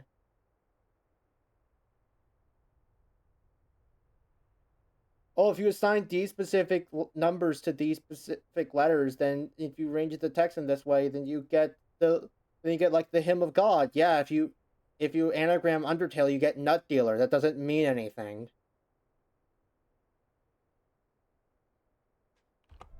The CD Keep presented listening. these My bad. hidden texts superimposed over the original music. The result was strangely melancholy, dark, haunting, and very, very popular. Quite a few music critics attacked this disc. They didn't buy Professor Thone's analysis, dismissing it as a combination of numerology and canny marketing. Ah, shit. Their caution was not without basis. Numerology is a slippery slope down which many a fine mind has slid to its doom. Allow me to offer an amusing anecdote from my own experience. Back in the early 90s, before the internet took off, one of the more popular online bulletin board systems was a service called Prodigy. I bought an account on Prodigy so I could join a fraternal interest group and gossip with fellow members around the country. One day, a stranger appeared on our bulletin board. Right away, I knew we were in trouble. This fellow, whose name was Gary, began spouting all kinds of apocalyptic nonsense about worldwide Oh shit, Maki was playing conspiracies, Owls of Sea and Sky. secret Good puzzle societies, game. Owls of Sea and and Sky is a devil good puzzle worship. game. If you like puzzle games, you should play it. At first, we tried to be polite. We questioned his sources, corrected his histories, logically refuted his claims, and tried to behave in a civilized manner. But instead of soothing him, our attention only made him worse. His conspiratorial warnings became urgent, approaching hysteria. He began to threaten people who disagreed with him. To coin a phrase, Gary went all uppercase. But his most urgent warnings weren't about the gays, the Jews, Hi, the I'm the Rockefellers, gays. or the Illuminati. According to Gary, the greatest enemy of mankind was Santa Claus. Gary claimed to possess a secret numerical Oh, it's me, the formula gays. that proved beyond a shadow of a doubt that Santa Claus was an avatar of the Antichrist. Intrigued, we pressed Gary to reveal his formula. In doing so, we walked right into his trap. We should have known he had a book to sell. I fell for it. I sent him the $15. Less than a week later, the book arrived. Above an ominous photograph of the Washington Monument was emblazoned the title, 666, The Final Warning. Inside this privately printed 494-page monster, Gary reveals a simple geometrical formula, which he claims was developed by the ancient Sumerians. This formula assigns successive products of 6 to each letter of the alphabet. 15 for A This book's so equals 6, crazy. I'm B surprised they didn't equals charge more 12, for it. C equals Honestly. 18, etc. Imagine my dismay when I applied this ancient formula to the name Santa Claus and obtained the blasphemous sum of 666, the biblical number of the beast. I went on Prodigy and reported to the stunned members of our interest group that Gary was right after all. There could be no doubt that according to the unimpeachable wisdom of ancient Samaria, Santa Claus was the Antichrist. I then went on to point out several other names which, when submitted to Gary's formula, also produced the sum 666. Names like St. James, New York, and New Mexico. Soon the bulletin board was filled with discoveries like computer, Boston tea, and most sinister of all, sing karaoke. Gary left us alone after that. I got my $15 worth. But Gary is hardly the first person to connect secret codes to the Bible. People have been looking for Easter eggs in the Bible for hundreds of years. The Hebrew mystical tradition of Kabbalah can be described as a geometrical meditation on the Pentateuch, the first 5 books of the Old Testament.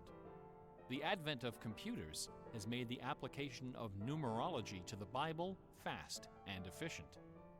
The latest spate of Bible searching was instigated by a book published in 1998 by Michael Drosnin, a former Wall Street Journal That name reporter. sounds familiar. His book, The Bible Code, applied a skip cipher in which every nth character in a text is combined to form a message.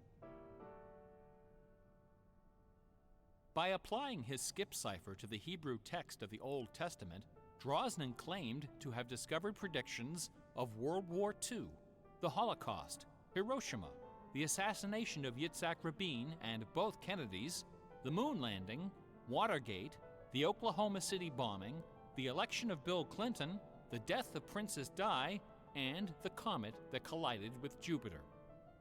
He also found predictions of a giant earthquake in LA, a meteor hitting the Earth, and nuclear Armageddon, all scheduled to occur before the end of the last decade. Why would they Bible hide that, Code though? Spent many weeks on Why the would they hide that, you bestseller think? lists, spawning several sequels and dozens of imitators. The Bible has certainly attracted its share of crackpots, but for the real hardcore egg hunters, nothing can rival the ingenuity, the tenacious scholarship, the stubborn zeal of those who seek the answer to the ultimate literary puzzle, a poisonous conundrum that has squandered fortunes, destroyed careers, and driven healthy, intelligent scholars to the brink of madness and beyond. Who wrote Shakespeare? The essays and books devoted to the Shakespeare authorship problem are sufficient to fill a large library. Several such libraries actually exist. Not even a day-long tutorial, much less an hour lecture, can begin to do justice to this complex, bizarre, and dangerously tantalizing story. Nevertheless, for the unacquainted, I will attempt to summarize the issue in a Particularly few question. paragraphs. Shakespeare was a pen The name, wasn't it? undisputed facts of Shakespeare's life and career could be scribbled on the back of a cocktail napkin. We know for a fact that a man named William Shakespeare was born in 1564 in or around the village of Stratford-upon-Avon. We know that he had a wife and at least 3 children. We know he bought property in Stratford, was involved in several lawsuits with his neighbors, and died there in 1616, aged 52. We also know that during those same years, a man with a last name similar to Shakespeare worked as an actor on the London stage, eventually becoming co-owner of some of the theaters there. We also know that about the same time, a number of most excellent poems and plays were published in London under the name Shakespeare. We do not know for a fact that the landowner in Stratford and the actor in London with a similar last name were one and the same man. We do not know for a fact that either man had anything to do with the poems and the plays. All we know is that those poems and plays have, in the 400 years since their composition, come to be regarded as a pinnacle of Western culture. The works attributed to Shakespeare appear to have been written by a man or woman who knew something about just about everything. They're filled with references to mythology and classic literature, games and sports, war and weapons of war, ships and sailing, the law and legal terminology, court etiquette, statesmanship, horticulture, music, astronomy, medicine, falconry, and, of course, theater. Therein lies the problem. How could a farmer's son of uncertain schooling, from a mostly illiterate country village, a man of practically no account at all, wield such encyclopedic learning, with so much eloquence and wit, so much wisdom and human understanding? For the first 150 years, nobody questioned the traditional history of the bard.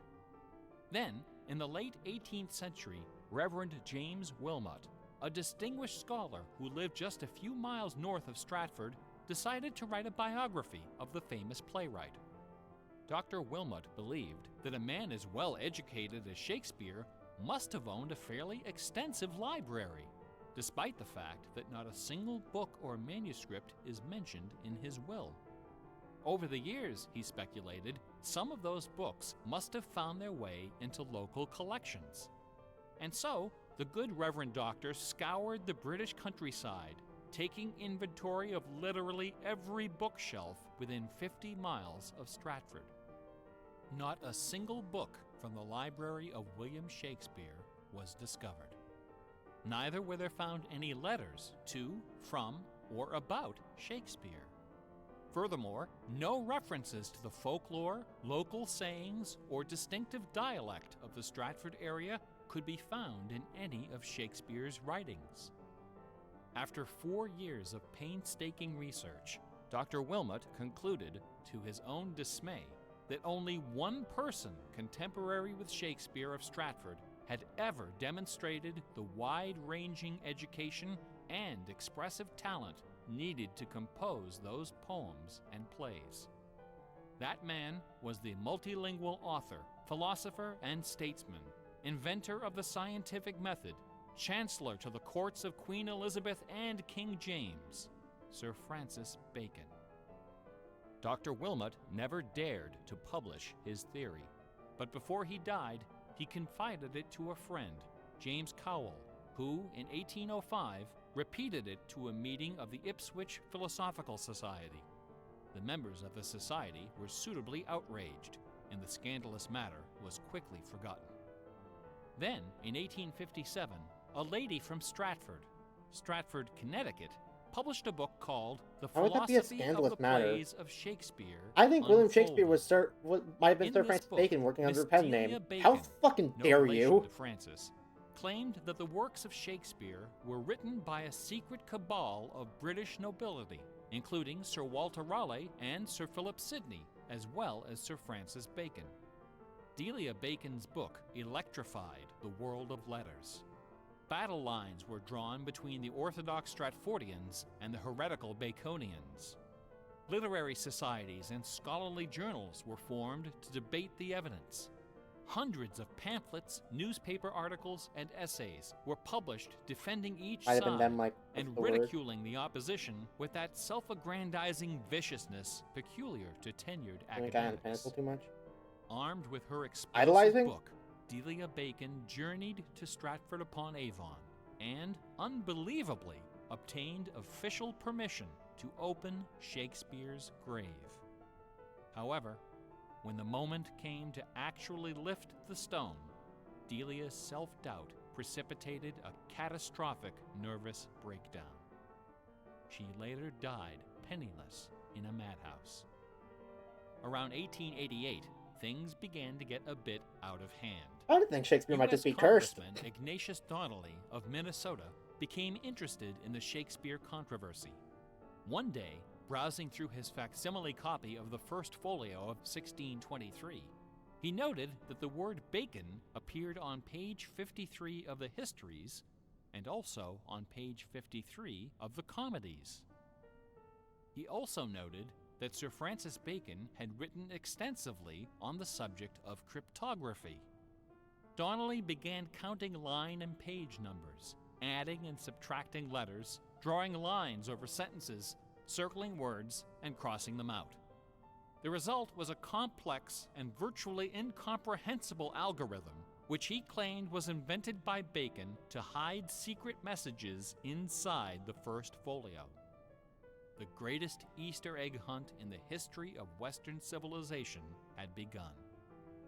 Here are just a couple of the sillier highlights. A doctor named Orville Owen of Detroit constructed a bizarre research tool he called the Wheel of Fortune. This wheel consisted of 2 giant wooden spools wrapped with a strip of canvas 2 feet wide and 1,000 feet long. Onto What? this canvas, he glued the separate pages of the complete works of Bacon, Shakespeare, Marlowe, Greene, Peele, and Spenser, together with Burton's Anatomy of Melancholy. By cranking the spools back and forth, Dr. Owen could quickly zip across the pages in search of clues and cross-references. Employing a large team of secretaries and stenographers, Owen claimed to have uncovered a complete alternative history of Elizabethan England. as well as several entirely new Shakespeare plays and sonnets. Listen to this hidden verse, supposedly penned by the mighty bard himself, which inspired Dr. Owen to build his Wheel of Fortune. Take your knife and cut all our books asunder, and set the leaves on a great firm wheel, which rolls and rolls, and turning the fickle rolling wheel, throw your eyes upon Fortune, that goddess blind, that stands upon a spherical stone, that turning and inconstant rolls That's in a lot of restless commas. variation. After publishing 5 thick volumes of this rubbish, Owen announced the discovery of an anagram, I don't think Professor Moriarty indicating believed that it. Bacon's original manuscripts were buried near Chepstow Castle on the River Wye. Owen spent the next 15 years and thousands of dollars excavating the bed of the river with boat crews and high explosives. He died before anything was found. A fellow named Arnsberg wrote an entire book based on the analysis of the significance of a suspicious crack in the tomb of Bacon's mother. A Ray of Sanity finally appeared in 1957. To those familiar with the science of cryptology, the name William Friedman needs little introduction. Yeah, even I've heard of During him. World War II, Colonel Friedman was the head of the U.S. Army's Cryptoanalytic Bureau. He is credited with cracking the Japanese Empire's most sensitive cipher. After the war, the colonel decided to apply his expertise to the study of the Shakespeare ciphers. He interviewed several of the experts in the field and prepared a detailed scientific analysis, which he published under the title The Shakespeare Ciphers Examined. His conclusion? In a word, bunk. According to the standards of cryptologic science, not one of the hidden messages purportedly discovered in Shakespeare's works was plausible. The rules used to extract these messages from the texts were non-rigorous, wildly subjective, and unrepeatable by anyone except the original decipherer. The people involved were not being dishonest. They were channeling their preconceptions. They were trapped in a labyrinth of delusion, mining order from chaos. Anglers in a lake of darkness. Lear, Act 3, Scene 6. You would think that Friedman's cold and ruthless exposure would be enough to silence the heretics once and for all. Not a chance. The books and TV specials and websites and conferences and doctoral dissertations keep right on coming. I should point out that the Shakespeare authorship issue is not only the preoccupation of cranks and weirdos. A substantial number of respected authors and Shakespeareans have expressed serious doubts about the traditional origin of the plays. The list includes Nathaniel Hawthorne, Ralph Waldo Emerson, Walt Whitman, Henry James, Sam Clemens, Sigmund Freud, Orson Welles, and Sir John Gielgud. Or Sigmund Freud's in there. Living skeptics include the artistic director of the New Globe Theatre, Mark Rylance, Michael York, Derek Jacobi, Kenneth Branagh, and even that most revered and scholarly of contemporary Shakespearean actors, Keanu Reeves. The current leading candidate for the authorship is Edward de Vere, the 17th Earl of Oxford, a theory first proposed in 1920 by an English schoolmaster with the unfortunate name J. Thomas Looney. What is it about Bach, the Bible, and the works of Shakespeare that inspires this intense scrutiny? Nobody's looking for acrostics in Chaucer or Keats. There are no hit CDs of the secret chorales of Wagner or Beethoven. For the answer, we need to recognize the unique roles which the Bible and Shakespeare have played in the development of Western culture. No other single work of literature has influenced modern English more than the translation of the Holy Bible published in 1611 under the auspices of King James I. Oh yeah, The King James Bible exemplifies the meaning of the word classic. It has been called the noblest monument of English prose, the very greatest achievement of the English language. It has served as an inspiration for generations of poets, dramatists, musicians, politicians, and orators. Countless people have learned to read by repeating the phrases in this, the only book their family possessed. Our constitutions and our laws have been profoundly shaped by its cadences and imagery. But even the glory of the King James Bible, we're 2/3 of the way there, compiled by a committee of 46 editors over the course of a decade, pales before the dazzling legacy of the Swan of Avon.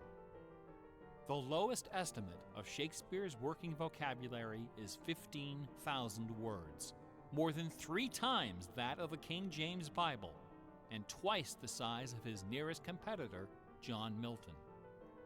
His poems and plays were written without the aid of a dictionary or a thesaurus. They didn't exist yet. It was all in his head. When Shakespeare had a thought for which Elizabethan English had no word, he invented one. The Oxford English Dictionary lists hundreds of everyday words and phrases which made their first appearance in the pages of the Bard. Addiction, alligator, assassination, bedroom, critic, dawn, design, dialogue, employer, film, glow, gloomy, gossip, hint, hurry, investment, lonely, luggage, manager, switch, torture, transcendence, wormhole, zany. Hamlet alone contains nearly 40 of these neologisms. Who today would have the... I knew that Shakespeare did end up like inventing a lot of words that we still use. It's just always so weird to actually hear which ones were invented by Shakespeare. Because like, what do you mean? What do you mean it took like somebody? What do you mean they didn't have a word for the room with a bed?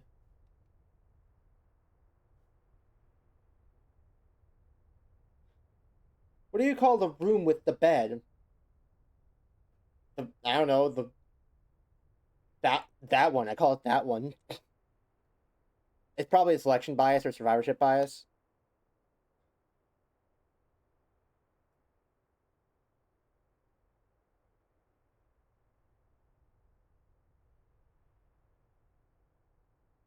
You mean like those specific words, or just how surprising it is to hear that they were invented by Shakespeare? Oh, or you're saying that Shakespeare didn't necessarily invent them; they're just the earliest ones we have that survived. I can see that, yeah. This audacity, this giddy exuberance of invention. Only one other English author even approaches Shakespeare's facility for coining new words: Sir Francis Bacon. In the modern era, the record holder is Charles Dodgson, better known as Lewis Carroll, who, interestingly, also happens to be the second most quoted author in English, after Shakespeare. Everyone has been profoundly molded by the influences of the King James Bible and Shakespeare. Like it or not, all of us peer at the world through the lenses of these great works. They are the primary source documents of modern English thought, the style guides of our minds. Contemplating these dazzling jewels of wisdom and eloquence gives rise to an extraordinary feeling, a potent, rare, and precious emotion with the potential to completely upset your life. An emotion powerful enough to make a man abandon his wife and children, forfeit career and reputation, lay down his possessions, and follow his heart without questioning. That sweet, sweet fusion of wonder and fear, irresistible attraction, and soul-numbing dread known as awe. Awe is the grail of artistic achievement. No other human emotion Me, who gets quickly bored reading Hamlet. Transformative power, and none is more difficult to evoke. Few and far between are the works of man that qualify as truly awesome. It is awe that convinces a rabbi to spend a lifetime decoding Yahweh from the Pentateuch. Awe that sends millions of visitors each year to the pyramids of Giza, Guadalupe, and Mecca. It was awe that drove poor Delia Bacon to her doom. Now, please don't come away from this lecture thinking that the key to awesome game design is the installation of Easter eggs. Oh, we're finally back to this. Ordinary games with their contrived Easter eggs and cheat codes are like the Battery of the Month Club. Oh, we're You finally have back to to this trudge too. down to the back of the store to get what you really came for. If superpower is what people really want, why not just give it to them? Is our imagination so impoverished that we have to resort to marketing gimmicks to keep players interested in our games? Awesome things don't hold anything back. Awesome things are rich and generous.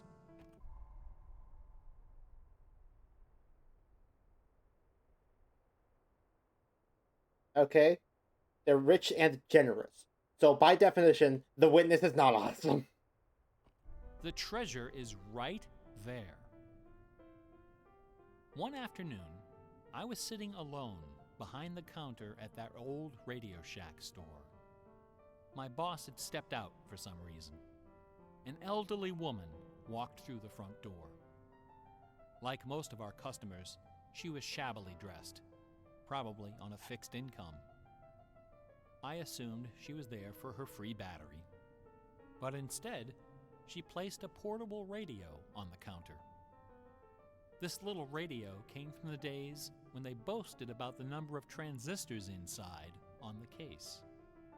It was completely wrapped in dirty white medical tape. The woman looked at me and asked, "Can you fix this?" Slowly, I unwrapped the medical tape, peeling away the layers until the back You cover discover of the environmental radio puzzles a fell pretty big off, moment of awe in video games. accompanied by Not a a second piece that cloud comes to mind. of red dust. The interior of the radio was half eaten away by battery leakage and corrosion. I looked at the radio.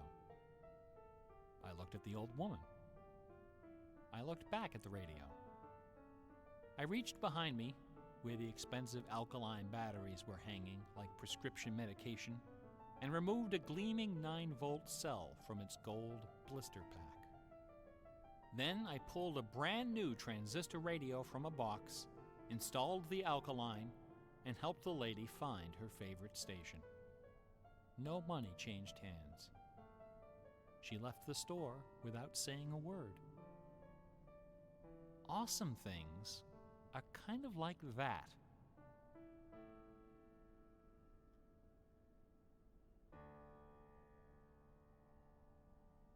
Bach offered his students very specific insight into the source of awe. In addition to BACH, 2 other sets of initials are also associated Hey, Dadgummit, have with you ever played Bach's Tunic? music. These initials are not hidden in the notes.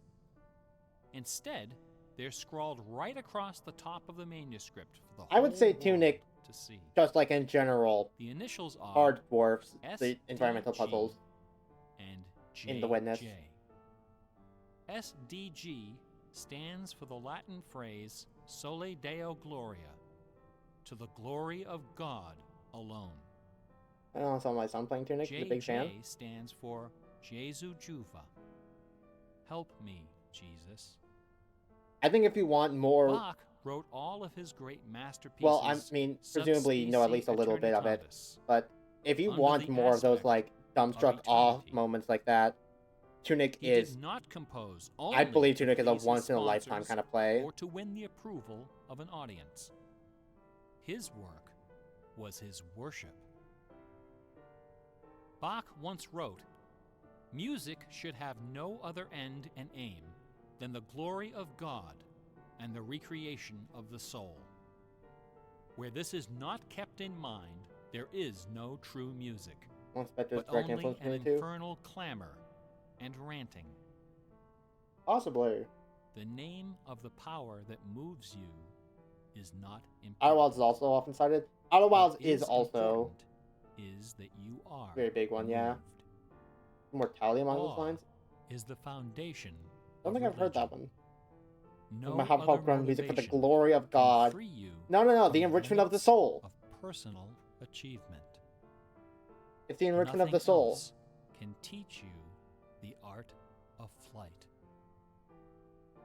Computer games are barely 40 years old. Only a few words in our basic vocabulary have been established. A whole dictionary is waiting to be coined. The slate is clean. Someday soon, perhaps even in our lifetime, a game design will appear that will flash across our culture like lightning. It will be easy to recognize. It will be generous, giddy with exuberant inventiveness. Scholars will pick it apart for decades, perhaps Slightly centuries. different flavor, but DIY is nice It will for be reasons. something wonderful, something terrifying, something awful. A few years ago, I was invited to speak at So, a do you think the conference corrupted in blood London. incident counts by his My wife definition? joined me, and we took a day off for some sightseeing. We decided to visit England's second biggest tourist attraction, Stratford upon Avon. It was cold and rainy when our train arrived. Luckily, most of the attractions are just a short walk from the station.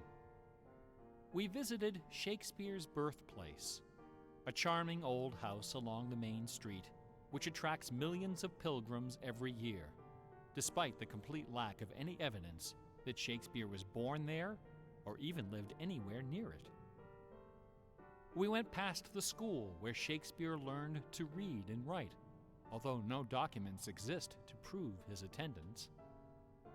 We visited Anne Hathaway's cottage, the rustic country farm where his wife spent her childhood, although no record shows anyone by that name ever having lived there. Finally, we came to the one location undeniably associated with Shakespeare, Trinity Parish Church, on the banks of the River Avon, where a man by that name is buried. This beautiful church is approached by a long walkway between rows of ancient gravestones, shaded by tall trees. The entrance door is surprisingly tiny. No cameras are allowed inside. The interior is dark and quiet. Despite the presence of busloads of tourists, the atmosphere is hushed and respectful. A few people are seated in the pews, deep in prayer. An aisle leads up the center of the church. The left side of the altar is brightly illuminated. On the wall above is a famous bust of the bard, quill in hand, gazing serenely at the crowd of pilgrims. On the floor beneath, surrounded by bouquets of flowers, at the very spot where Delia Bacon lost her mind, the gravestone of William Shakespeare bears this dire warning. Good friend, for Jesus' sake, forbear to dig the dust enclosed here. Blessed be the man who spares these stones, and cursed be he that moves my bones. Every year, 3 million pilgrims arrive from every nation on earth to approach this stone and consider the likeness of a man whose body of work can only be described as awesome. By contrast, the right side of the altar is dark and featureless. Nobody of any consequence is buried there. The only point of interest is a wooden case of simple design, carved of dark oak. Inside the case, sealed beneath a thick sheet of glass, lies a large open book. A plaque on the case identifies this book as a first edition of the King James Bible, published in 1611, when Shakespeare was 46. Not many pilgrims visit this side of the altar. Most of those that do simply glance at the book, read the plaque, and move along. A few, more observant, note that the Bible happens to be opened to a page in the Old Testament, the book of Psalms, chapter 46. The secret of Psalms 46. Okay, that's where No this comes from. explanation is given for this particular choice of pages. He said the line, The roll initiative. credits! None is necessary. If you are of inquisitive bent, if you are intrigued by English history and literature, if you value your peace of mind, cover your ears now. I don't know, In I'm the peace year of mind. 1900, a scholar noticed something about the King James translation of Psalm 46. Something terrifying, something wonderful. The 46th word from the beginning of Psalm 46 is shake. The 46th word from the end is spear. There are only two possibilities here. Either this is the finest coincidence ever recorded in the history of world literature, or it is not. The Earth revolves around only one sun. I'm inclined to the coincidence side, honestly. The moon happens to be 400 times smaller than the sun. The sun happens to be 400 times farther away. And the apparent paths of the moon and sun in our sky happen to intersect exactly twice every month. Which means that every now and then, at long yet precisely predictable intervals, the lunar disk slips across the face of the sun and just barely conceals it for a few wonderful, terrible minutes. A fine coincidence, no? In June of 1977, a little man with divergent eyes and a talent for mischief I didn't call him eccentric ascended this a time. hilltop in the British village of Ampthill. At the summit of this hill is a tall, slender cross, a memorial to Catherine of Aragon, the first wife of Henry VIII. The sun, high in the south. What did I miss that J.G. Cellshock just came into chat and said, No. what are we saying no about here? What?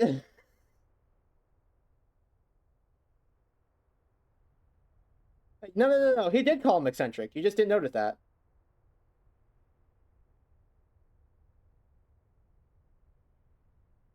He did call him an eccentric little man. You just didn't hear it, right? What do you mean by that? The moon covering the sun is just a shadow on the earth. Oh.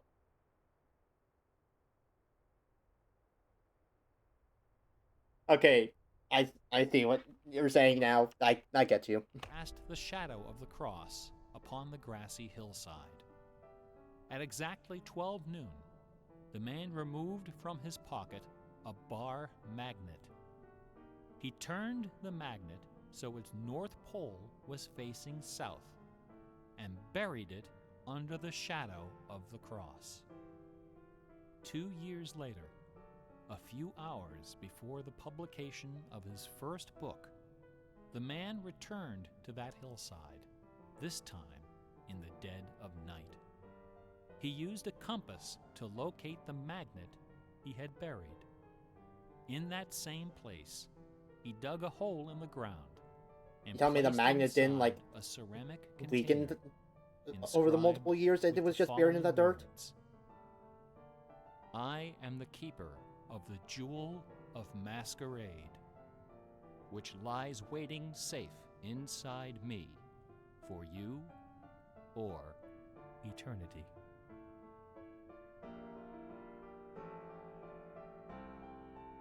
Ah, so that's where the masquerade jewel was hidden?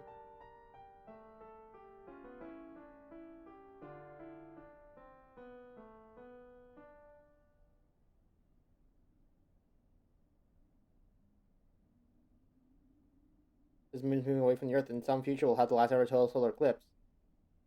Well, I mean, there's also the whole thing of there'll be the last ever total solar eclipse because the sun will explode eventually. There's also that.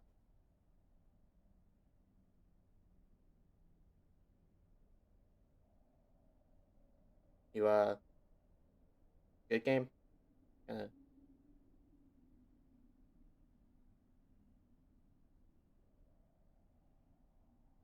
Ah. Okay, I see. Yeah. Mhm.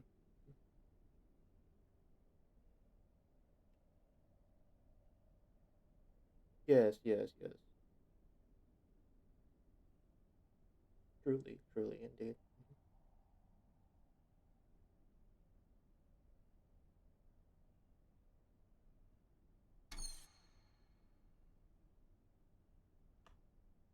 So you know how to cause the other ending of the game to happen now? Nope.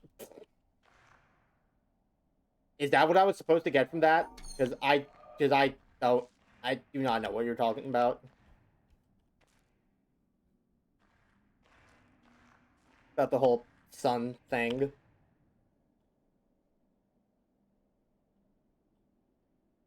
Hi, Smith. Hello.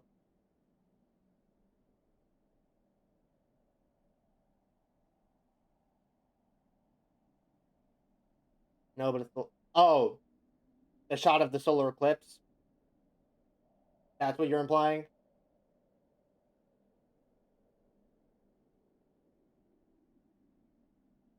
Oh, no, he's implying ads. Ads, obviously. Hi, Smith. Smith, let me pet you, for fuck's sake. No, my cat's antisocial.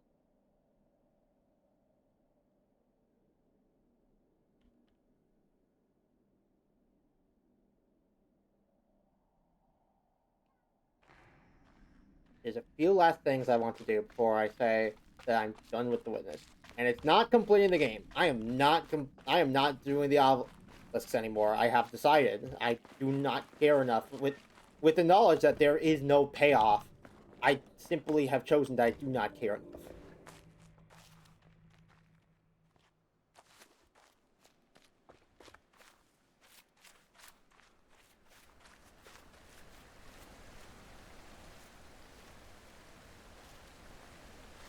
So these little fountains are supposed to represent the obelisk.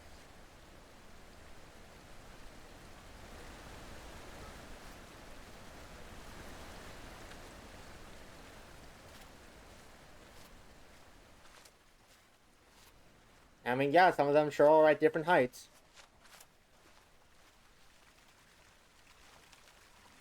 Lord knows I would not have noticed this. And I personally don't see how that's a spoiler.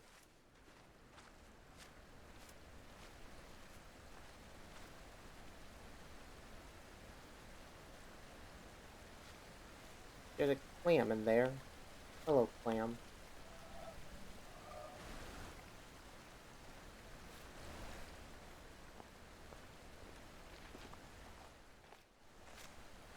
And then there's one more puzzle that I still have in the back of my head.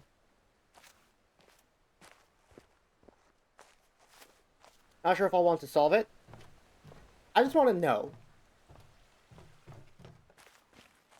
There's just one puzzle I at least want to know the solution for.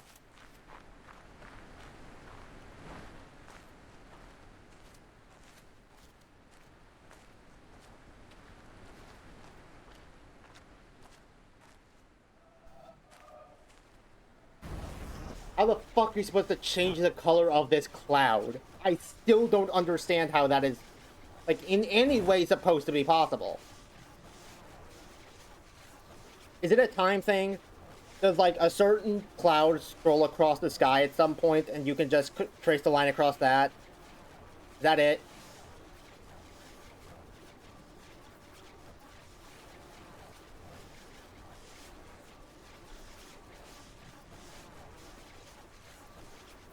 A flash of lightning in a summer cloud.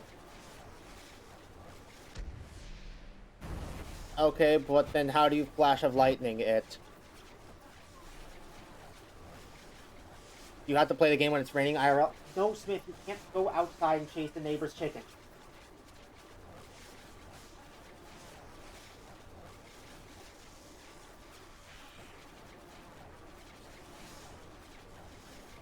Sorry, my cat's being needy.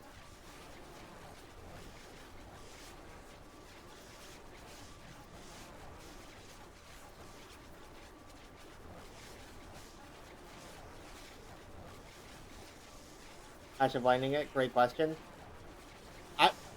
I'm not trying to figure this out. I just want to know.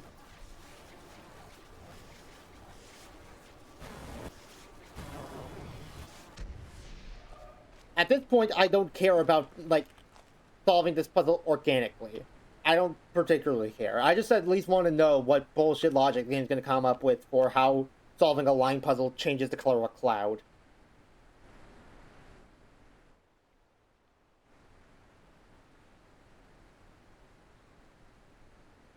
Finding at that cloud. Doing something you've already done. Do I have to redirect one of the... Do I have to redirect the beam? Is it redirecting a beam into the cloud? Actually don't care anymore. Not really, no. Knowing that there's no, like, payoff for solving all of them, I'm good.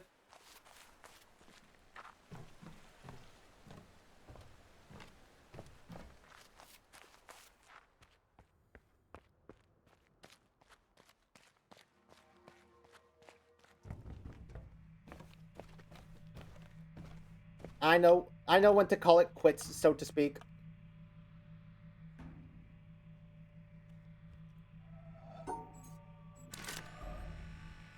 Like...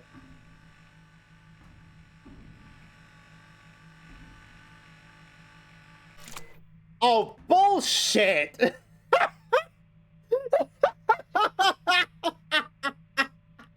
Bullshit!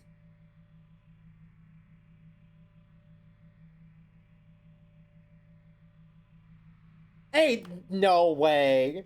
Ain't no way shooting that tiny ass beam at the cloud supposed to... That is some moon logic. That is some bullshit moon logic. I do not care. I am not upset that I didn't find that. I completely understand that I would not have found that because that is... That is stupid.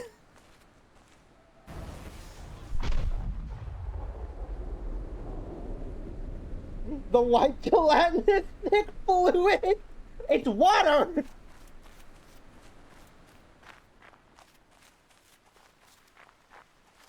Clouds are made of tiny little reflective bits? Yeah, but I'm pretty sure I don't... I'm pretty sure if I point like a little cat laser at the cloud, it's not gonna turn red. You wanna see some more bullshit? Yeah, you know what? Let's do our home... Let's do like a little send-off towards this game. Let's see all... Let's see all the nonsense that I have decided Let's see all the nonsense that I've decided I... Like, don't care about finding organically anymore.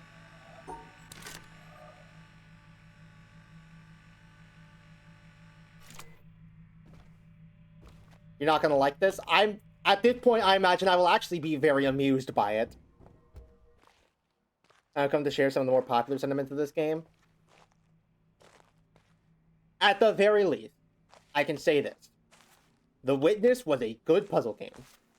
I enjoyed my time playing it. Past the like normal completion point, kind of fell off.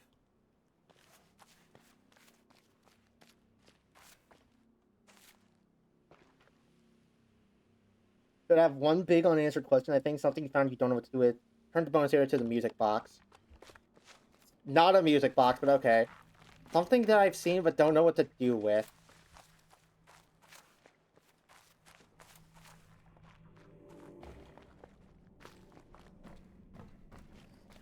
I mean, I thought I had... You complete every panel, though? I'm not scouring this entire map for every single panel. I mean, I don't even know how many there are. You can't make me.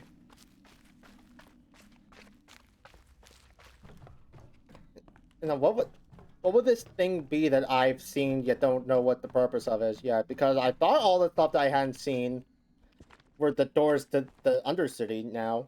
How many do you have right now? 520.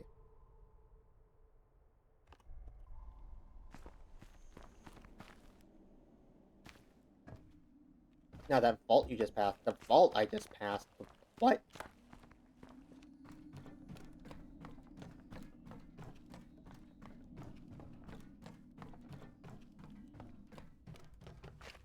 This thing? Oh, fuck, right. I completely forgot about this.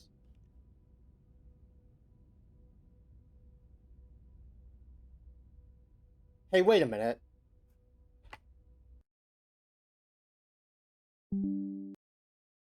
Wait a minute.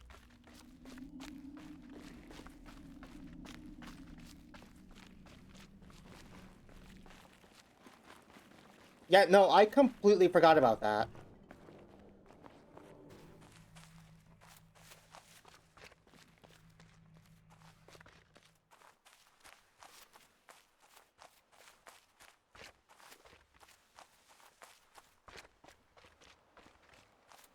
That's the thing you asked for weeks ago? Is that how you reset the gate? So you don't have to do a new save file? Don't answer that, I'm about to find out for myself.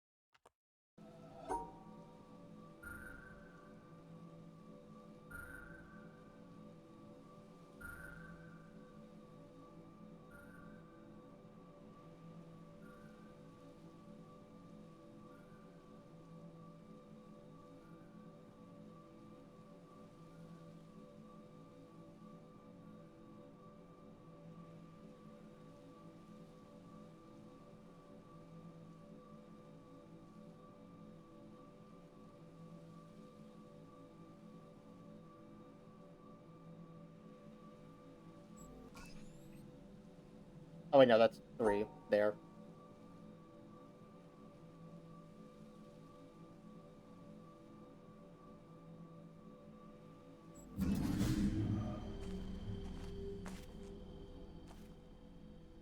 Well, I'll be damned. There actually was a way to reestablish the gate.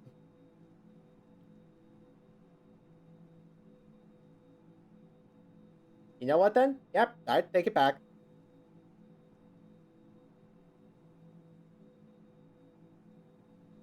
I thought that was gonna be some bullshit. No, that's actually fair. I had just completely forgotten about it. Yeah.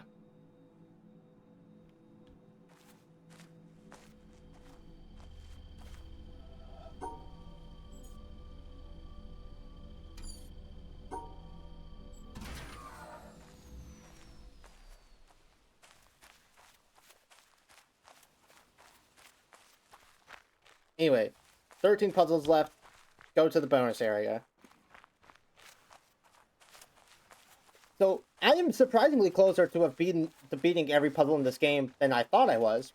I'm still not going to scour this entire map with 13 unsolved panels. I could have done the maze more easily. Oh, this is gonna... I can already tell it's gonna get on my nerves, but also I want to know.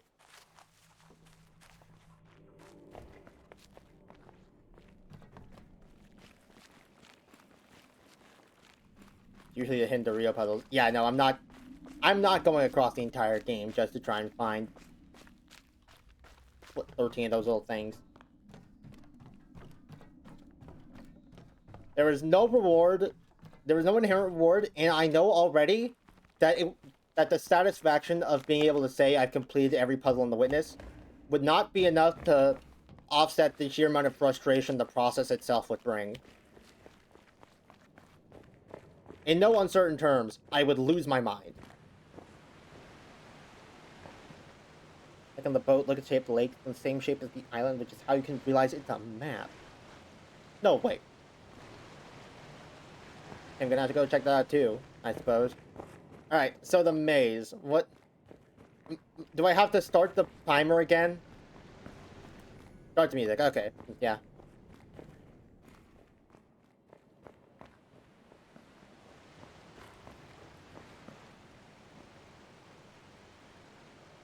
One last time.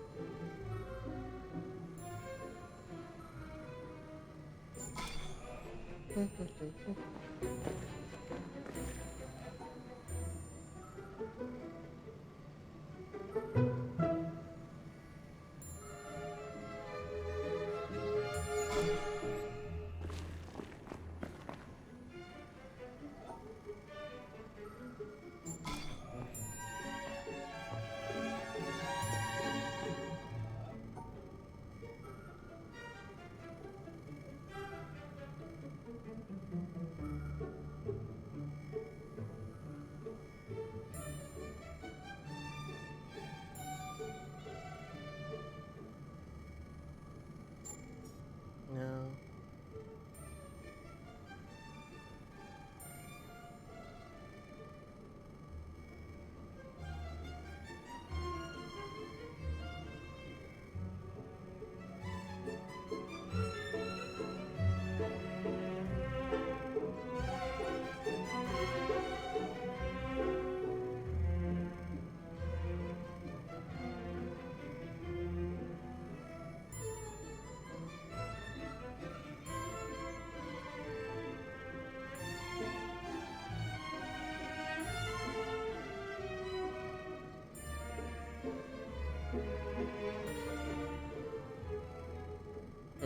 How am I supposed to at least solve this one? Confusion.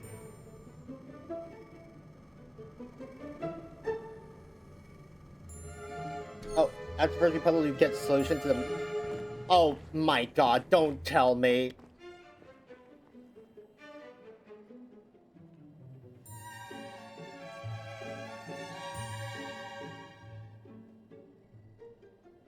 I just never thought to question what the fuck this was, huh? I just never thought to question what the deal with this thing was, huh?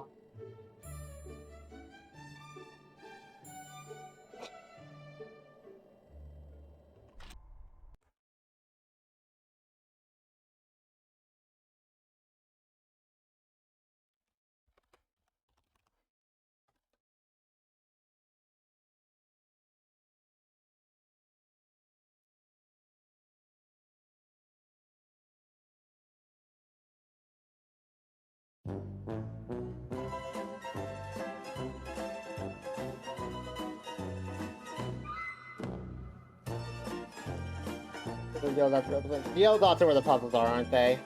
Yo, that's where the puzzles are, aren't they?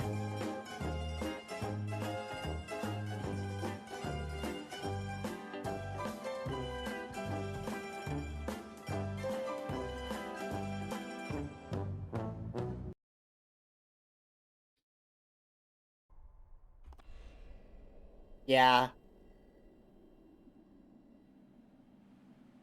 I can't get mad at the game for that. That genuinely just I did not notice. I 100% just rubbed my face on the walls. Yo, same twinsies. When I read your message saying the first three puzzles, for some reason I didn't think those puzzles. I thought like the triplet puzzle here. I thought you were talking about this for some reason. This is because I jumped to conclusions.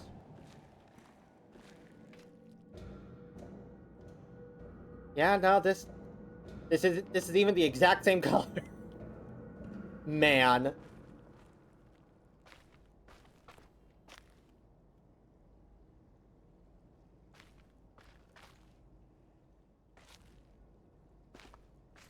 The turquoise terrace you were looking at is someplace you go during the hotel journey? The turquoise terrace? Huh? Sorry, remind me what it is we're actually talking about? What do you mean the turquoise terrace?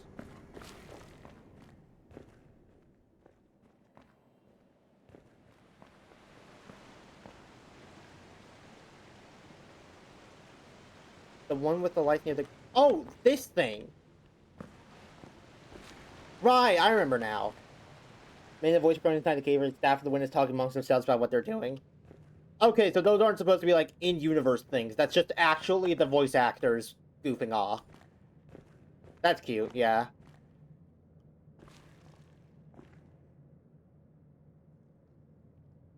Does anyone have any other, like, bullshit they want me to see before the end of the witness? We've still got an hour to kill.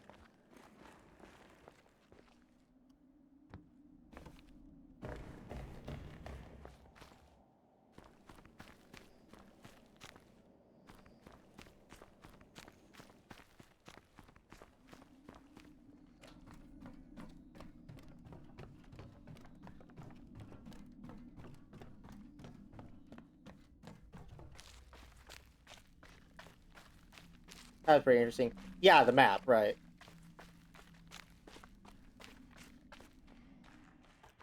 I want to see exactly what this...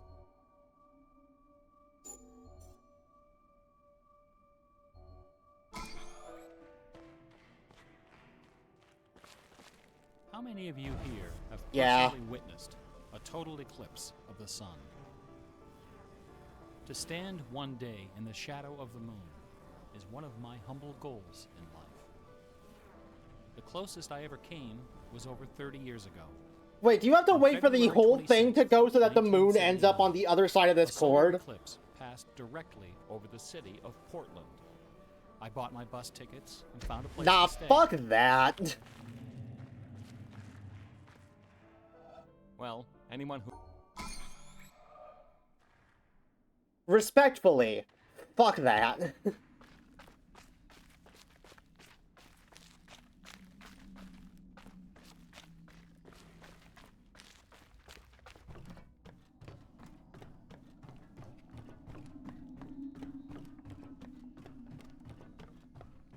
I'm not saying it's staff of the game, I'm saying it's the staff of the experiment.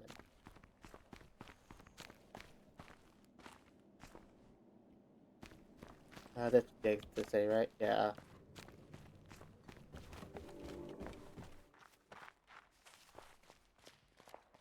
And if there's anything that I missed that you guys want to see like my reaction to, or at the very least want me to know exist before the end of the series, speak now or forever hold your peace, I suppose. Or speak sometime within the next hour.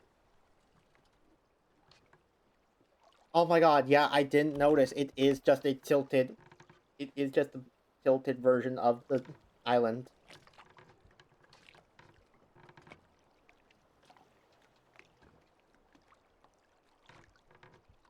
I would not have noticed that. I'll be so real. I would not have paid attention to that.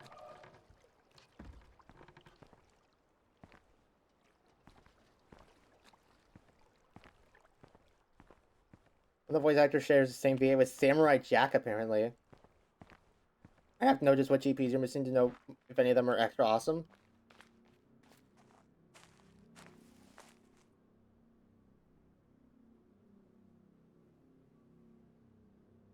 And Ellie from The Last of Us. I've never actually played The Last of Us.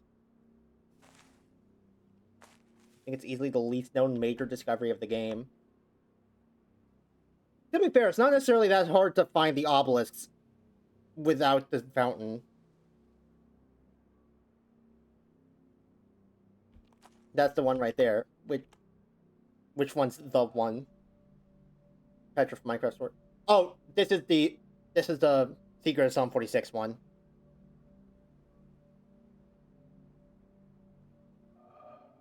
I see.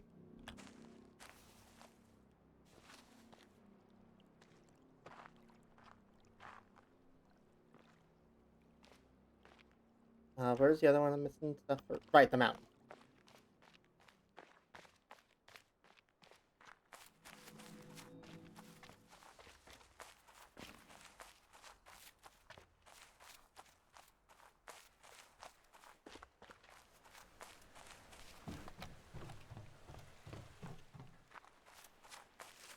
I still think back to these two in the flower field. Like, this is so cool. I love these two. That EP requires you to play a movie and then look down at it from the Oculus. I think I got that one you're talking about.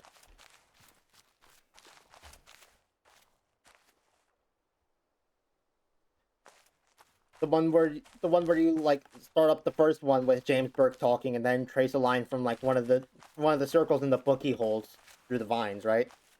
Yeah. Yeah, the hanging flowers. I actually do have that one. I found it last session.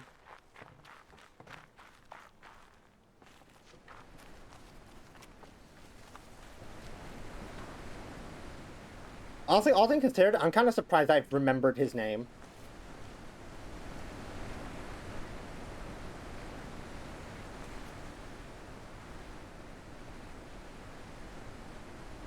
If you look at the stone for long enough, you'll see gravity split itself into different colors. Then ultraviolet grows giant.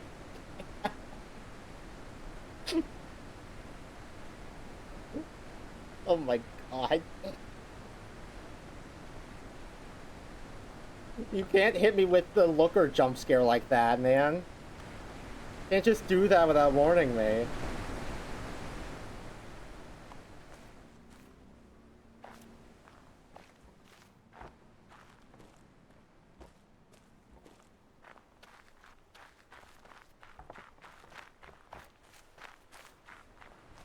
The map has all the lasers, all the obelisks, all the triangle puzzles, all the videos, all the voice recorders, and whether you finish unlock each of them? No shit.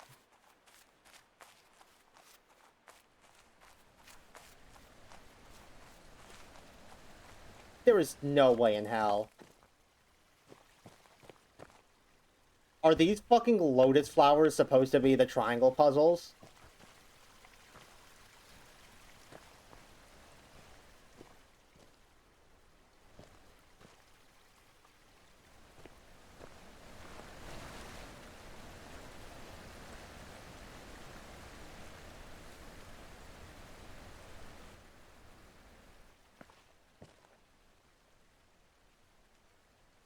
The orange ones are... The orange leaves? The orange leaves or the orange flowers?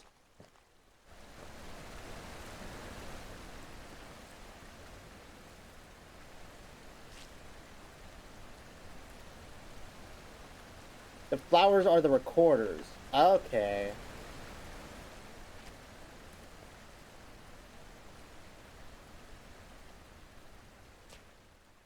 Yeah, no, I would never have noticed this in a million years.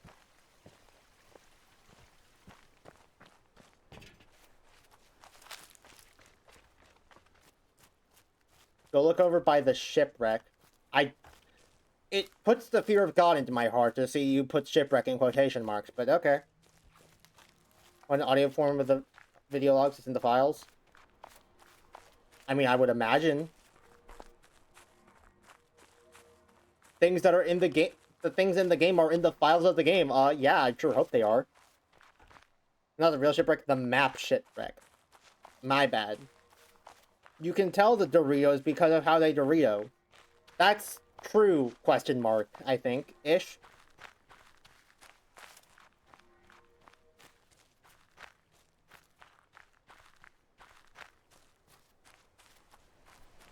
Like, let's be honest. I would not... If I hadn't, like, called it off and said, okay, I'm not actually going to go through all the... for this, like, payoff anymore.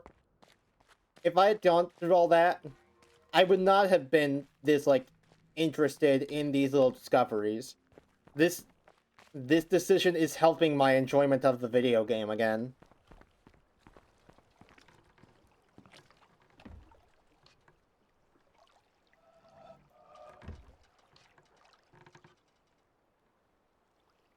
Because the scores of videos are kind of cool, because there's one file for the video and there's one with the reverb. Huh. It's great that the game has a complete progress checker. Right, not this map, but like the lake. Okay.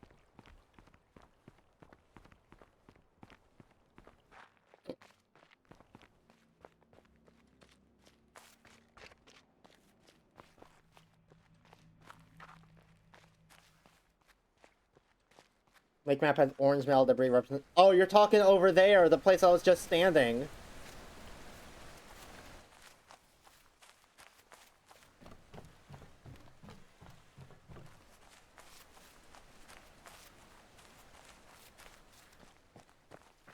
Yeah, this is from the shipwreck, isn't it?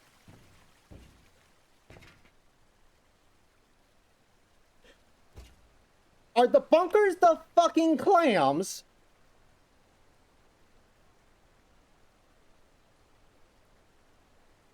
Are these clams that I pointed out a few times now the bunkers with the theater recordings?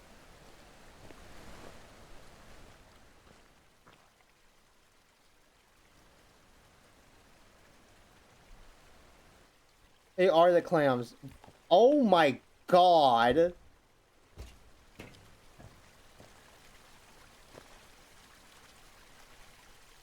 Just dumped this engine and made a new one. What's Thekla Inc. again?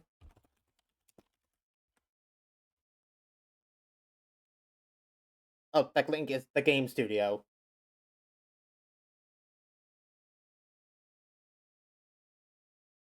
Right, boy. Order of the Sinking Star. Right.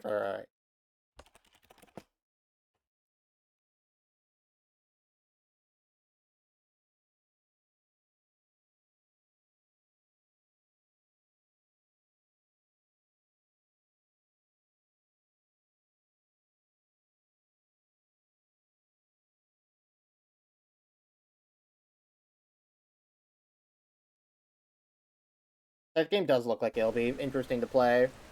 Also, kind of not surprised about the whole engine change, considering how the gameplay of that game seems to be very different from the gameplay of The Witness.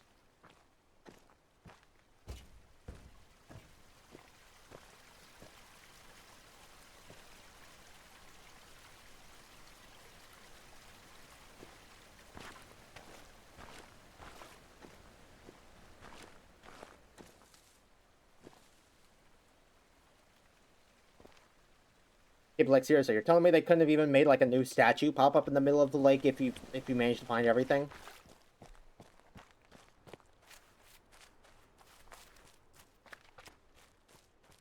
Like just nothing? Nothing?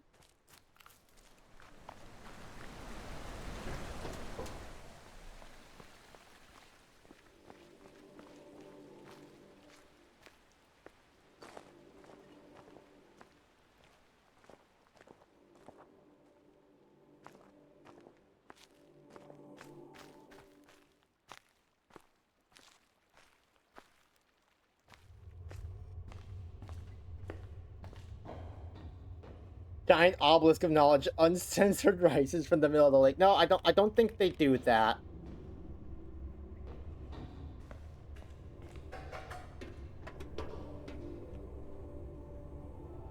This was also a cool set of environmental puzzles. The fact that you have to stand in such a way that the light from the doorway fills in the circle.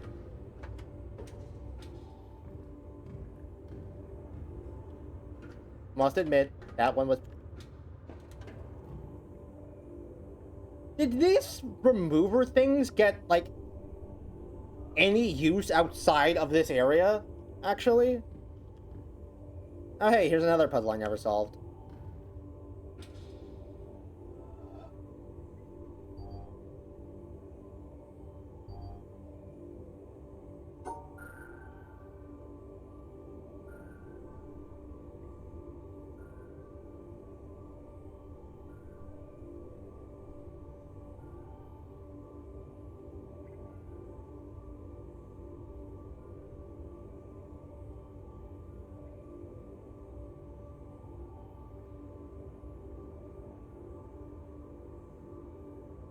Answer things are underused.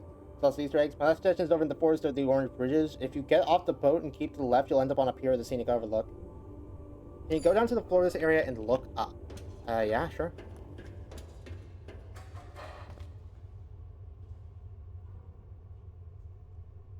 Are you talking about these branches? Because I did notice these, like, forever ago. And I kept thinking they were going to end up being important to an environmental puzzle.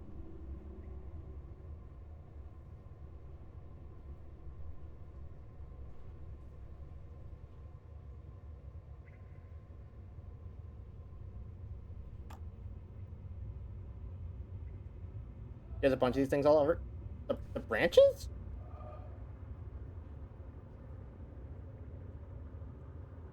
Branches are just supposed to be evil eyes.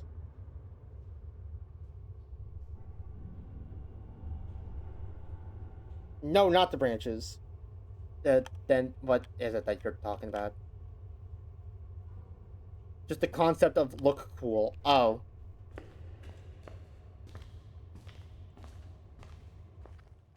You're saying there's just a bunch of things throughout the game that are just kind of there to look neat?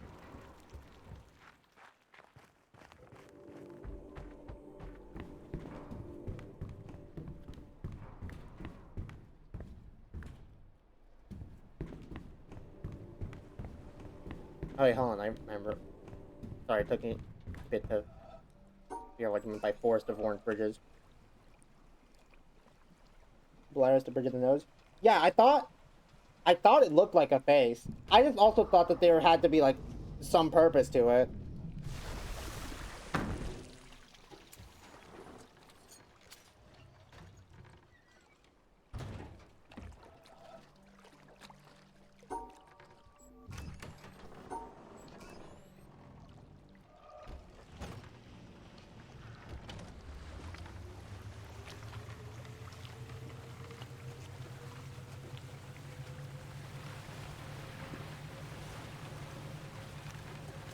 You know, it feels nice walking around the island again and looking around. Not having to, like... Not for the sake of trying to find new environmental puzzles to solve, just to take it in.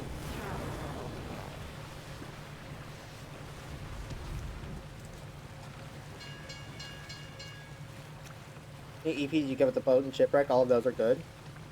I'm pretty sure I got everyone that was in the boat and shipwreck, because I fully solved every obelisk except for the one next to the mountain and the one in the city.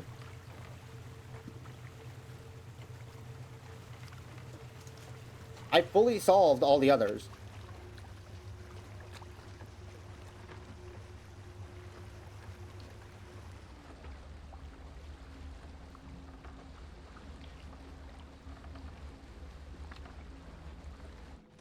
The unfortunate part of the EPs.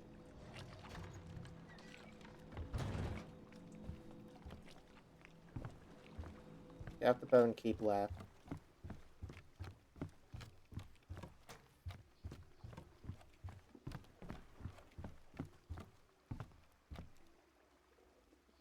I've been here a couple times before. Is this not concerned about?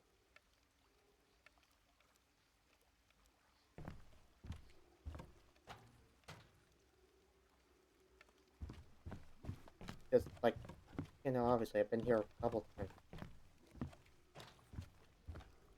Haven't seen the praying woman? Seemingly not.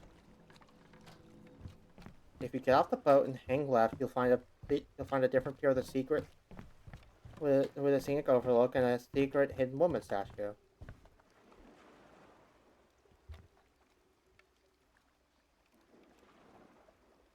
What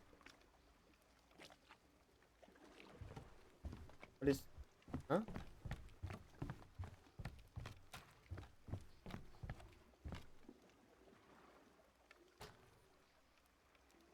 Not a statue?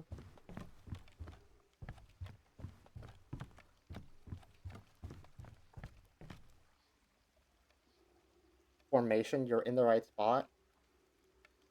Oh! Is it this rock formation?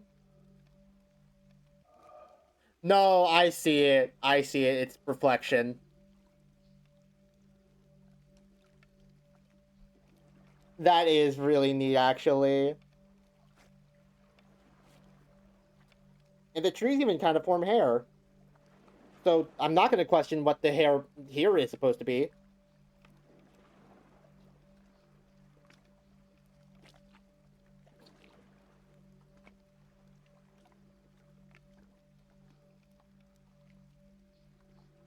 The Oh, Jonathan Blow would kill me if he discovered I was making such crass jokes about his game.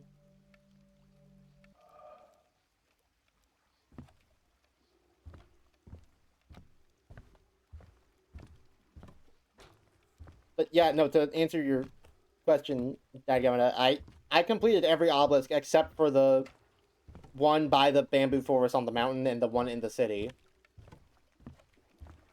The four others, the ones by the boathouse, in the jungle, next to the keep here, and I always seem to forget one of them. I always seem to forget what that one specific one is. Either way, all the others I solved fully. Turned them white as a sheet.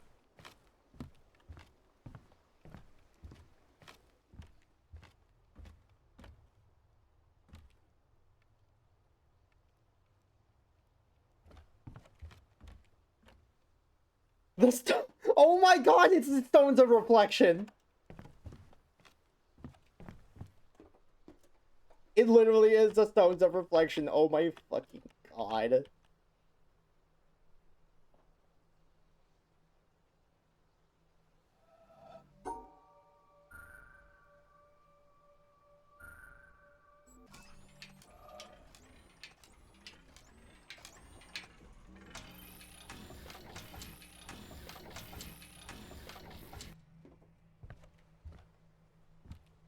Now he's one here to bring guys and you mean this guy?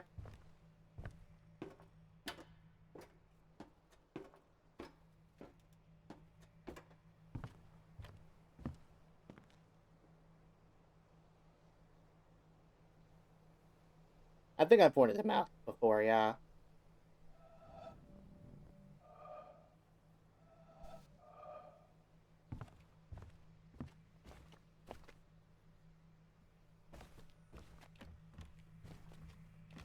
Anyway, tried to bring up something earlier, but got distracted. About the, problem with the EPs. You see one of the color interest area? Doesn't ring a bell, I'll go check. Problem with the EPs. That government pointed out before. Realizing that the EPs are a thing is one of the most, awesome things that this game does. It is one of its strongest moments. But they don't ever actually mean anything.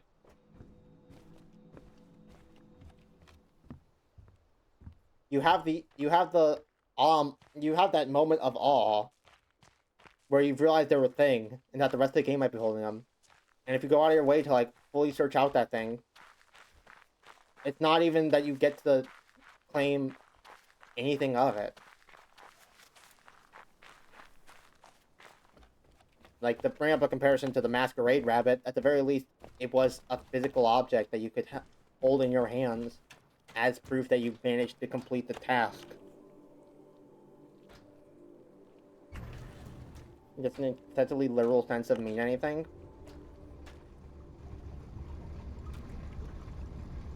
Now people who took the Wonkavator while finding 0 EPs.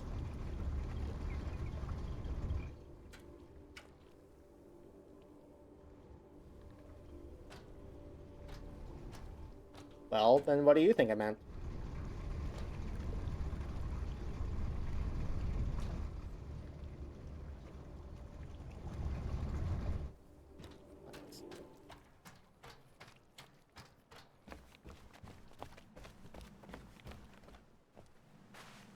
Maybe it's just I more prefer there to be some sort of tangible evidence that I did the thing. Maybe that's just a me issue. I don't know. And be someone snatched it early using insider knowledge. Boo! Fucking boo.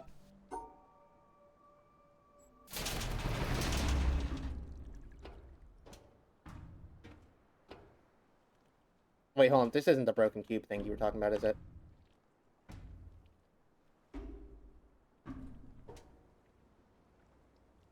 Okay, we can put the trying to turn the coins into an environmental puzzle. Ah, good stack of pens. I would never hurt you.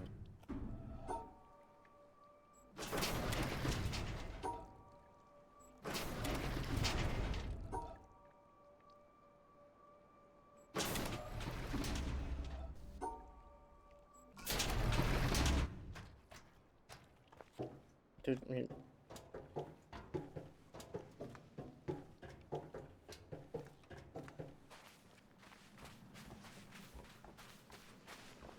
point is to go through the journey and gain the enlightenment.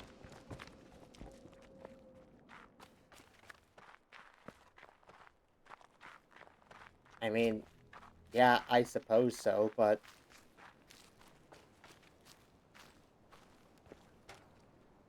like, literally, in gameplay sense, this awe-inspiring moment ultimately boils down to...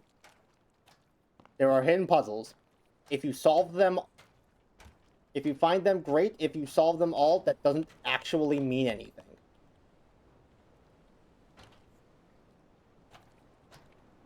Or there is no, like, nothing happens if you find all of them.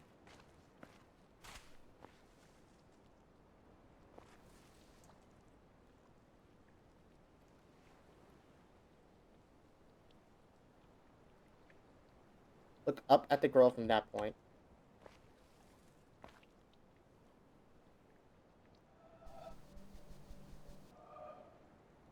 From the other girl.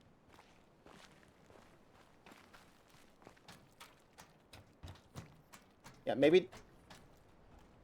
oh, I see. I thought it was going to be a reflection in the water.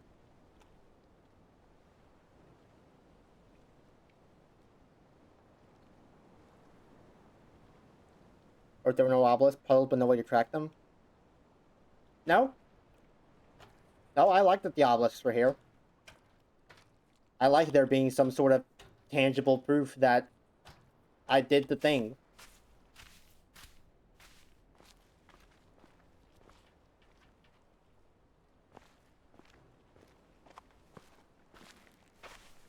If anything, that's why I would like there to be at least some acknowledgement for doing this thing that the game sets up as some sort of big mystery.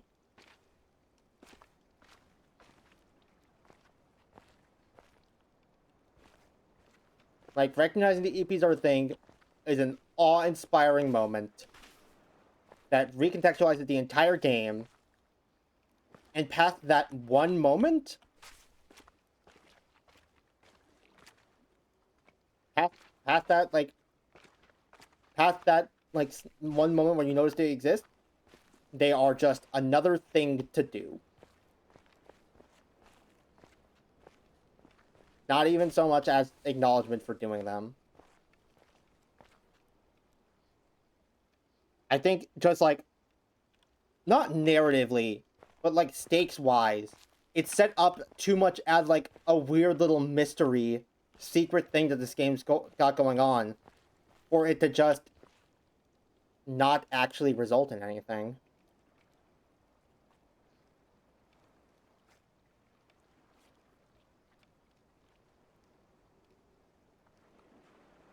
The counting system just should be more candy. Yeah, that's what I thought. I thought something was going to happen. That there was going to be some sort of, like, I guess, narrative payoff for all this.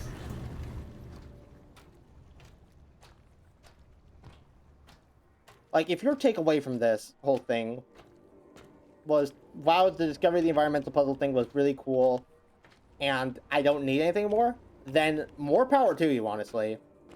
I just think it fell a little flat for me. I think if I'm going to do... I think if I'm going to go through, like, all the trouble for something like that, I at least want to have something happen. The payoff is that you're wowie smart. Not wrong, I guess.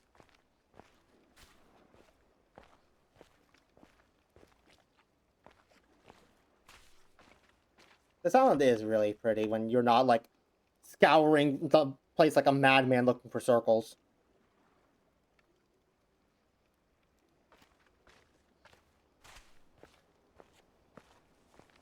How bleak the lore is. Come to think of it, I haven't actually discovered anything about the quote-unquote lore. Is this another Easter egg supposed to be a thing? Because these branches look weird. These branches look conspicuously placed.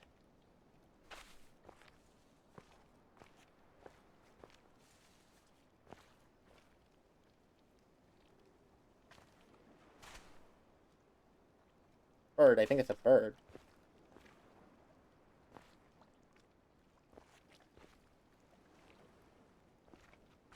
Oh, no, I can see where you're coming from. Where do I stand that gets it all line up? I'd be compelled to all the EPs, you got a thing for it? That world, what are rewards?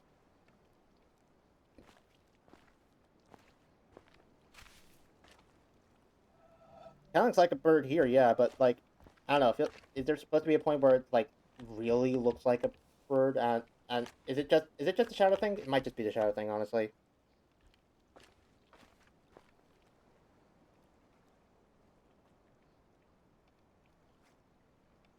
Look, for some people, the reward of just knowing they did it is enough.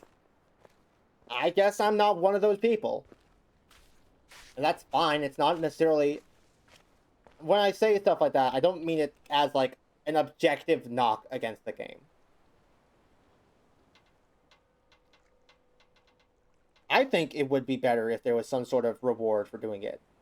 I think the, like, in-universe narrative payoff for what the fuck the obelisks are, why they hum when you get close to them, and the fact that they're linked to the environmental puzzles, I think that kind of fell flat on its face by the fact that nothing actually happens when you solve them. If someone else has a different way of thinking about it, then that's fine. To each their own, so to speak.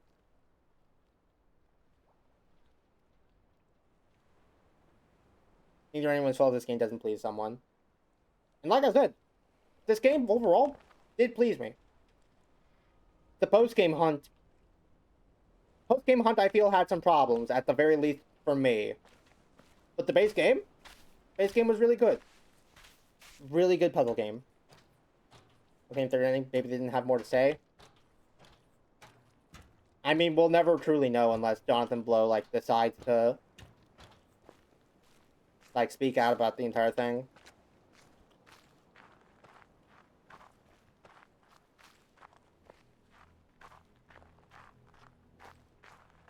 I don't think whatever it is they were trying to say philosophy-wise with this game quite landed with me.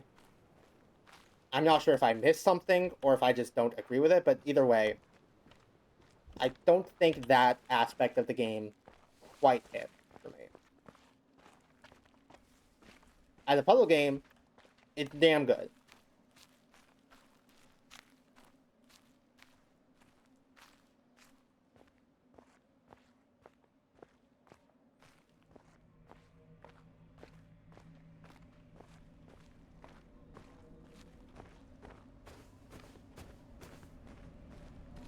And you know, ultimately, I did enjoy my time with this game.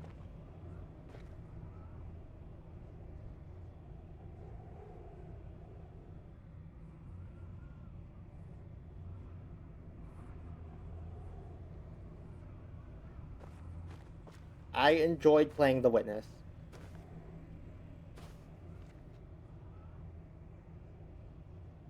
Pretty good game. And it's also very pretty. Like, I think it's also just a very pretty game. Like, goddamn, this island looks great to just exist in as well. We'll say this game is a strict creative vision, and I think that's a good thing with this industry. I agree. I agree, actually. I respect the game for its creative vision. I just don't think it resonated with me at 100% efficiency.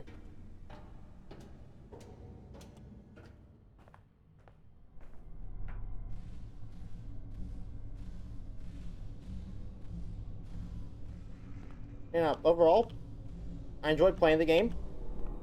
The puzzles were very well thought out. All the mechanics were not so easy that you could get them all instantly, but also not so hard that you had to, like, that they super artificially bloated the playtime to figure out. And I got to meet some of y'all. This has been some of the most conversation I've got to have recently playing one of these games on stream.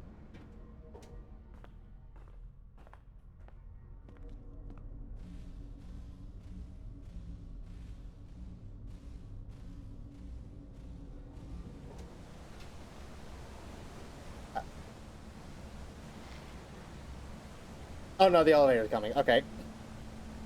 Next game should be Counter-Strike.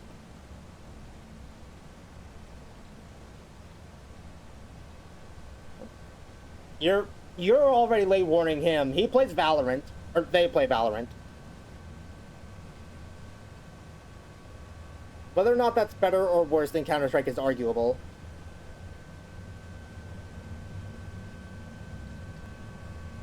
Don't expose me. You admitted to that yourself.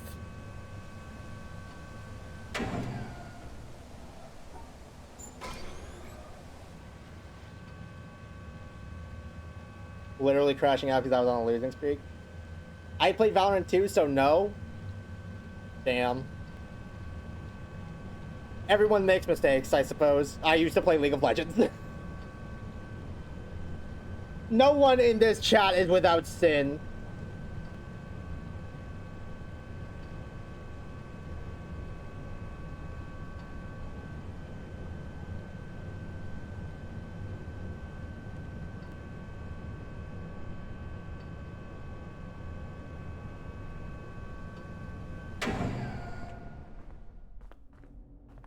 I'm playing GD. I'm making a mistake almost every day. Yeah, no. It has been some of the most activity I got during one of these games, and both on the, like, and there's both the, like, streamer aspect of it where, yeah, more engagement with my channel is good. I like it. Helps me out a lot. But it's also the fact that I've just got to talk with so many people about this game. Figuring out puzzles, talking about what it means, and whether or not some aspects of it are objectively, subjectively good or bad. I'm glad I was able to engage with this game in that sort of way.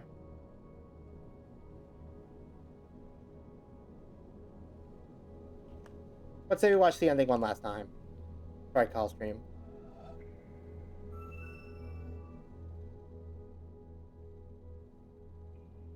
A star at dawn.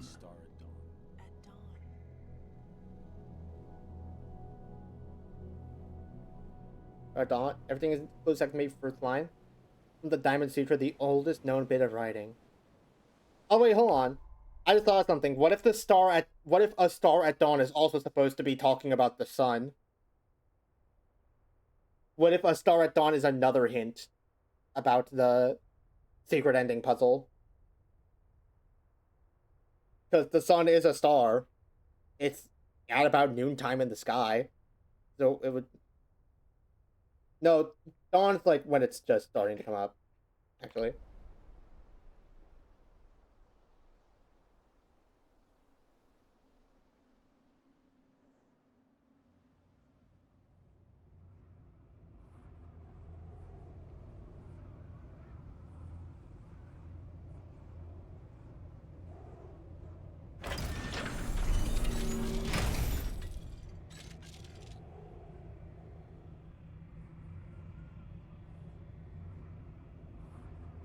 In the River, many people's first EP.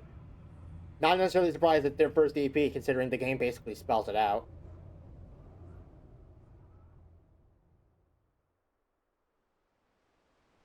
A bubble. A bubble in a stream. In a stream.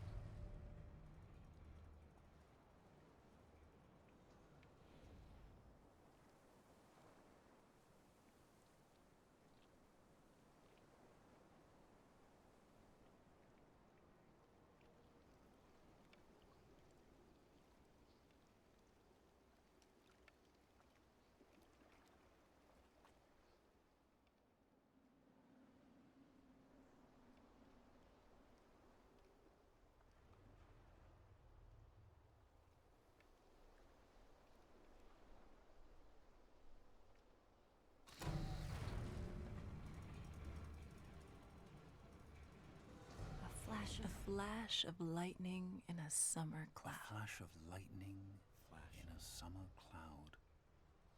Yeah, the game does have you look directly at the cloud when it says that line, doesn't it?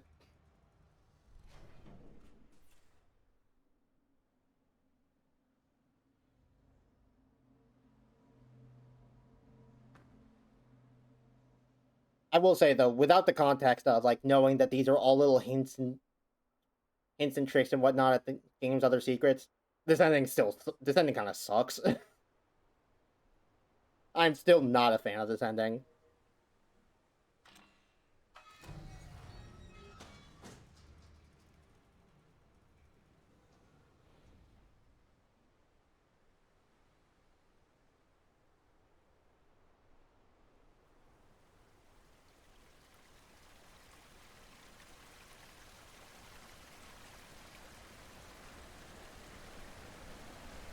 A flickering lamp. A flickering lamp. Flickering lamp.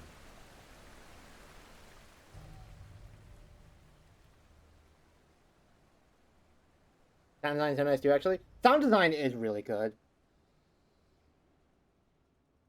There was no point during the game where the sound design like took me out of the experience or however. Everything fit its environment and the aesthetic really nicely. I do have to commend that.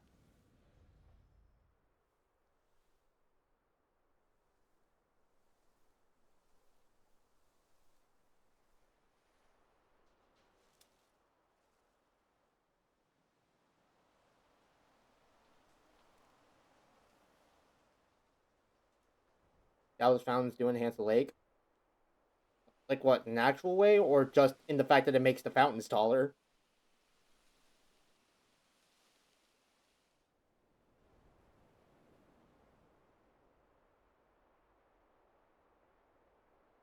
I wonder if it's supposed to mean anything that the game doesn't turn these 4 beams off until like they should personally send you through every A phantom. personally send you through every area and make you watch the beams go out, and then those 4 just kind of stay there.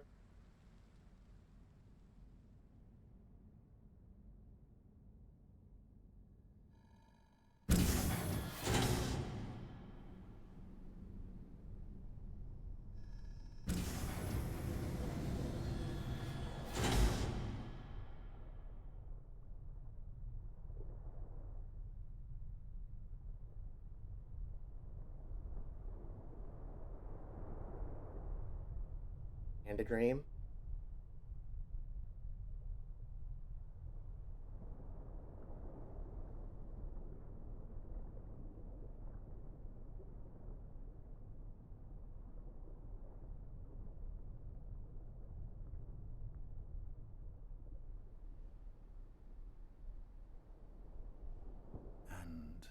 And a dream. And a dream. And a dream.